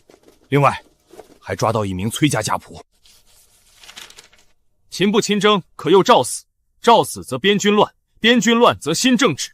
落款：崔。崔家通敌，又是世家卖边关，查崔家。崔景元，韩承业刚死，你就急着接他的路？陛下单凭一封信便想定老臣通敌之罪，世家门生遍布天下，陛下若动崔家，半个朝堂都会停摆。那就停。旧朝靠世家填官位，新朝不靠。传旨，开新朝第1场恩科，不问出身，不问门第，只问才学与品行。寒门军户、商家、农家子，只要能写字、懂律法、会算账、敢办事，皆可入京验视。陛下，这是要断世家的根，不是断根，是让天下人知道，朝堂不是你们几家的祖坟。拿下崔景元，查崔家粮路、军饷、通敌3案。秦北川，你会发现，杀贪官容易，重建天下难。难也要建，朕不怕难，朕怕的是天下再无公道。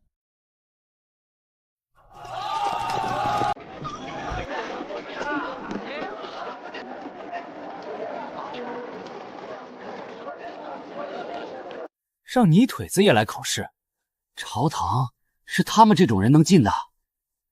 秦北山果然是武夫，连官场规矩都不懂。忍着，进了贡院，拿文章说话。今日贡院门前，不论君臣，只论才学，都站着。陛下，第1场策论题已经拟好。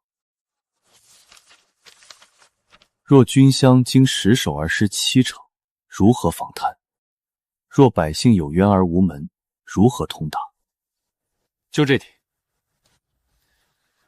新朝不缺会写华丽文章的人，缺的是能让军饷到边关，冤案见天日的人。朕今日只说一句：门第不能替你答题，出身不能替你办事。谁有本事，谁入朝堂。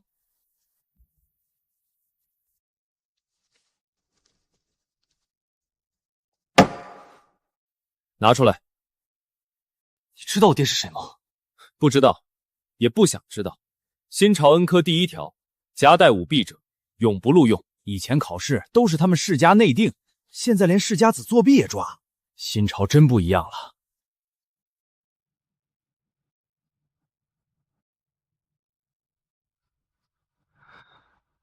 好，陈大人，崔家旧账查出来了，涉及30州，官员700余人，其中3州刺史已经封府具查。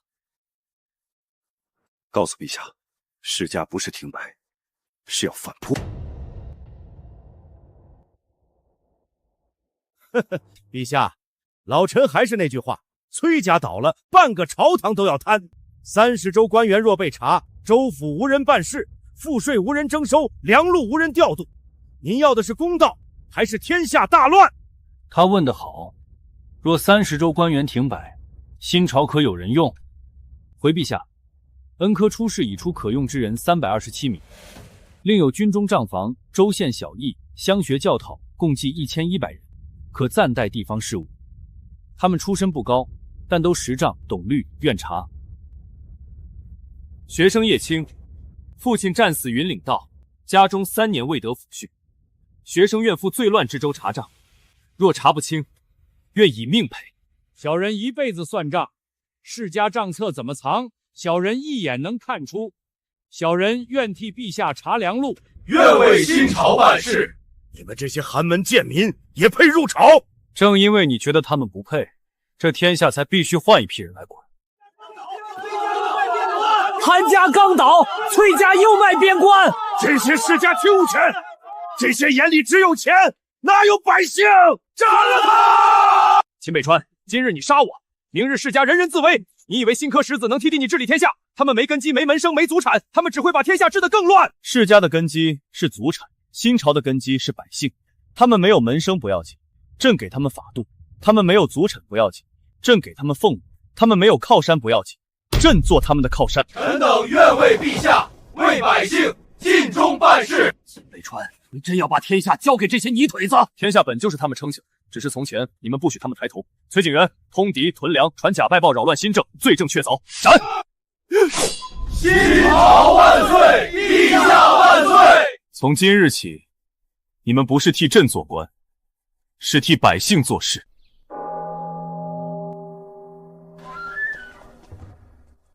外面为何这么热闹？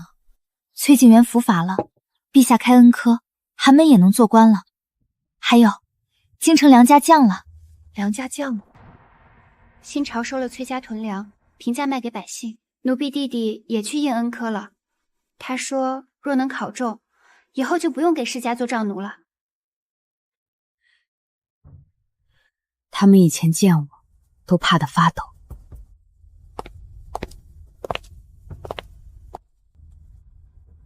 你是来杀我的？若要杀你，废帝那日就杀了。那你来做什么？看我笑话？来看你有没有被世家再利用。他们想让我写血诏，我没写。朕知道，所以你还能活着坐在这里。秦北川，我从前真的以为皇位是天下，只要我坐稳龙椅，就拥有天下。可我失去龙椅后才发现，宫女笑了，百姓有粮了，边军有饷了。原来我，从未真正拥有过天下。这是韩承业当年给我的，上面记着一些仍藏在地方的韩家暗线，我以前不敢看，现在给你。这些若不拔掉，迟早又成祸根。朕会派人查。你会恨我一辈子吗？我可以不杀你，但不会替陆城、魏公公、北境死去的将士原谅你。你以后活着，就是看新朝如何把你毁掉的东西一点点修回来。也好，这是我该受的刑。秦安曾问过我，你会不会认错？我说，不是所有人都会认错。现在看来，你至少开始知道自己错在哪儿了。替我告诉他，我欠他一句对不起。这句话你留着，等他长大，若他愿意见你，你自己说。父皇，女儿终于懂了，皇帝不是拥有天下，是被天下看着。爹，他们不知道你是皇帝吗？今日不想让他们知道。为什么？皇帝站得太高，看不见街上的泥，偶尔要下来走走。朝廷新政说免你一半田税，可没说粮种白给，不交钱就滚！大人，我家去年粮仓被烧，陛下说今年给粮种复耕，我不是不给钱，是实在没有啊。陛下说，陛下还能亲自来管你家几亩地？他管不了，朕管。陛下，你不用跪，种粮的人不该跪扣粮种的人。爹，皇帝是不是就可以让所有人跪？错，皇帝是最不能让百姓跪的人。新政刚下，地方便有人打着朝廷名义扣粮种索银钱。今日朕若不亲眼撞见，老农农是不是就要跪到死？陛下饶命，臣只是一时糊涂。陛下，臣查过，此人上任3个月，以借手续费之名向灾民索银200余户，粮种仓里有粮，却不发给百姓，革职，押回当地公开审。被他索过银的百姓3倍返还，钱从他家产里出。传第4诏：天下百姓遇冤，可越级投状，军户遗属、灾民、老人、孩童入官署告状，不必下跪。官员若以跪拜压人，以轻慢百姓论。陛下，自古民见官须行礼，若人人不跪，官威若只靠百姓膝盖撑着，这种官威不要也罢。朝廷要的是能办事的官，不是让百姓跪着磕头的祖宗。爹，我懂了，皇帝不是让大家跪的，是让大家不用再跪坏人的。记住这句话，将来你若忘了，百姓会替朕提醒你。北境大捷，云岭道重建完成，镇北军新旧换防，百姓安之以毕。好，国门稳了，接下来该让天下慢慢稳。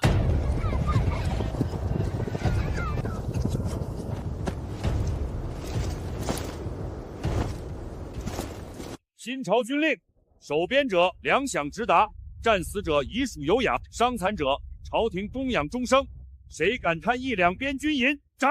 守边守民守天下。今日朕来，是看边关，不是看你们跪。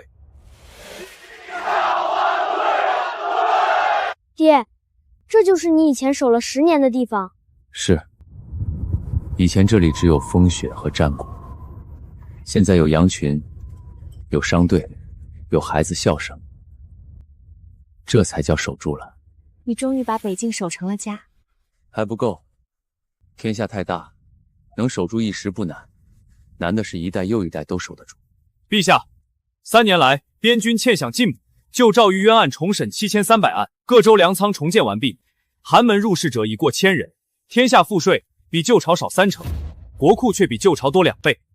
安儿，你记住，皇帝不是天下的主，皇帝是天下的守夜人。百姓睡得安稳，你才配坐得安稳。儿臣记住。黄六汤。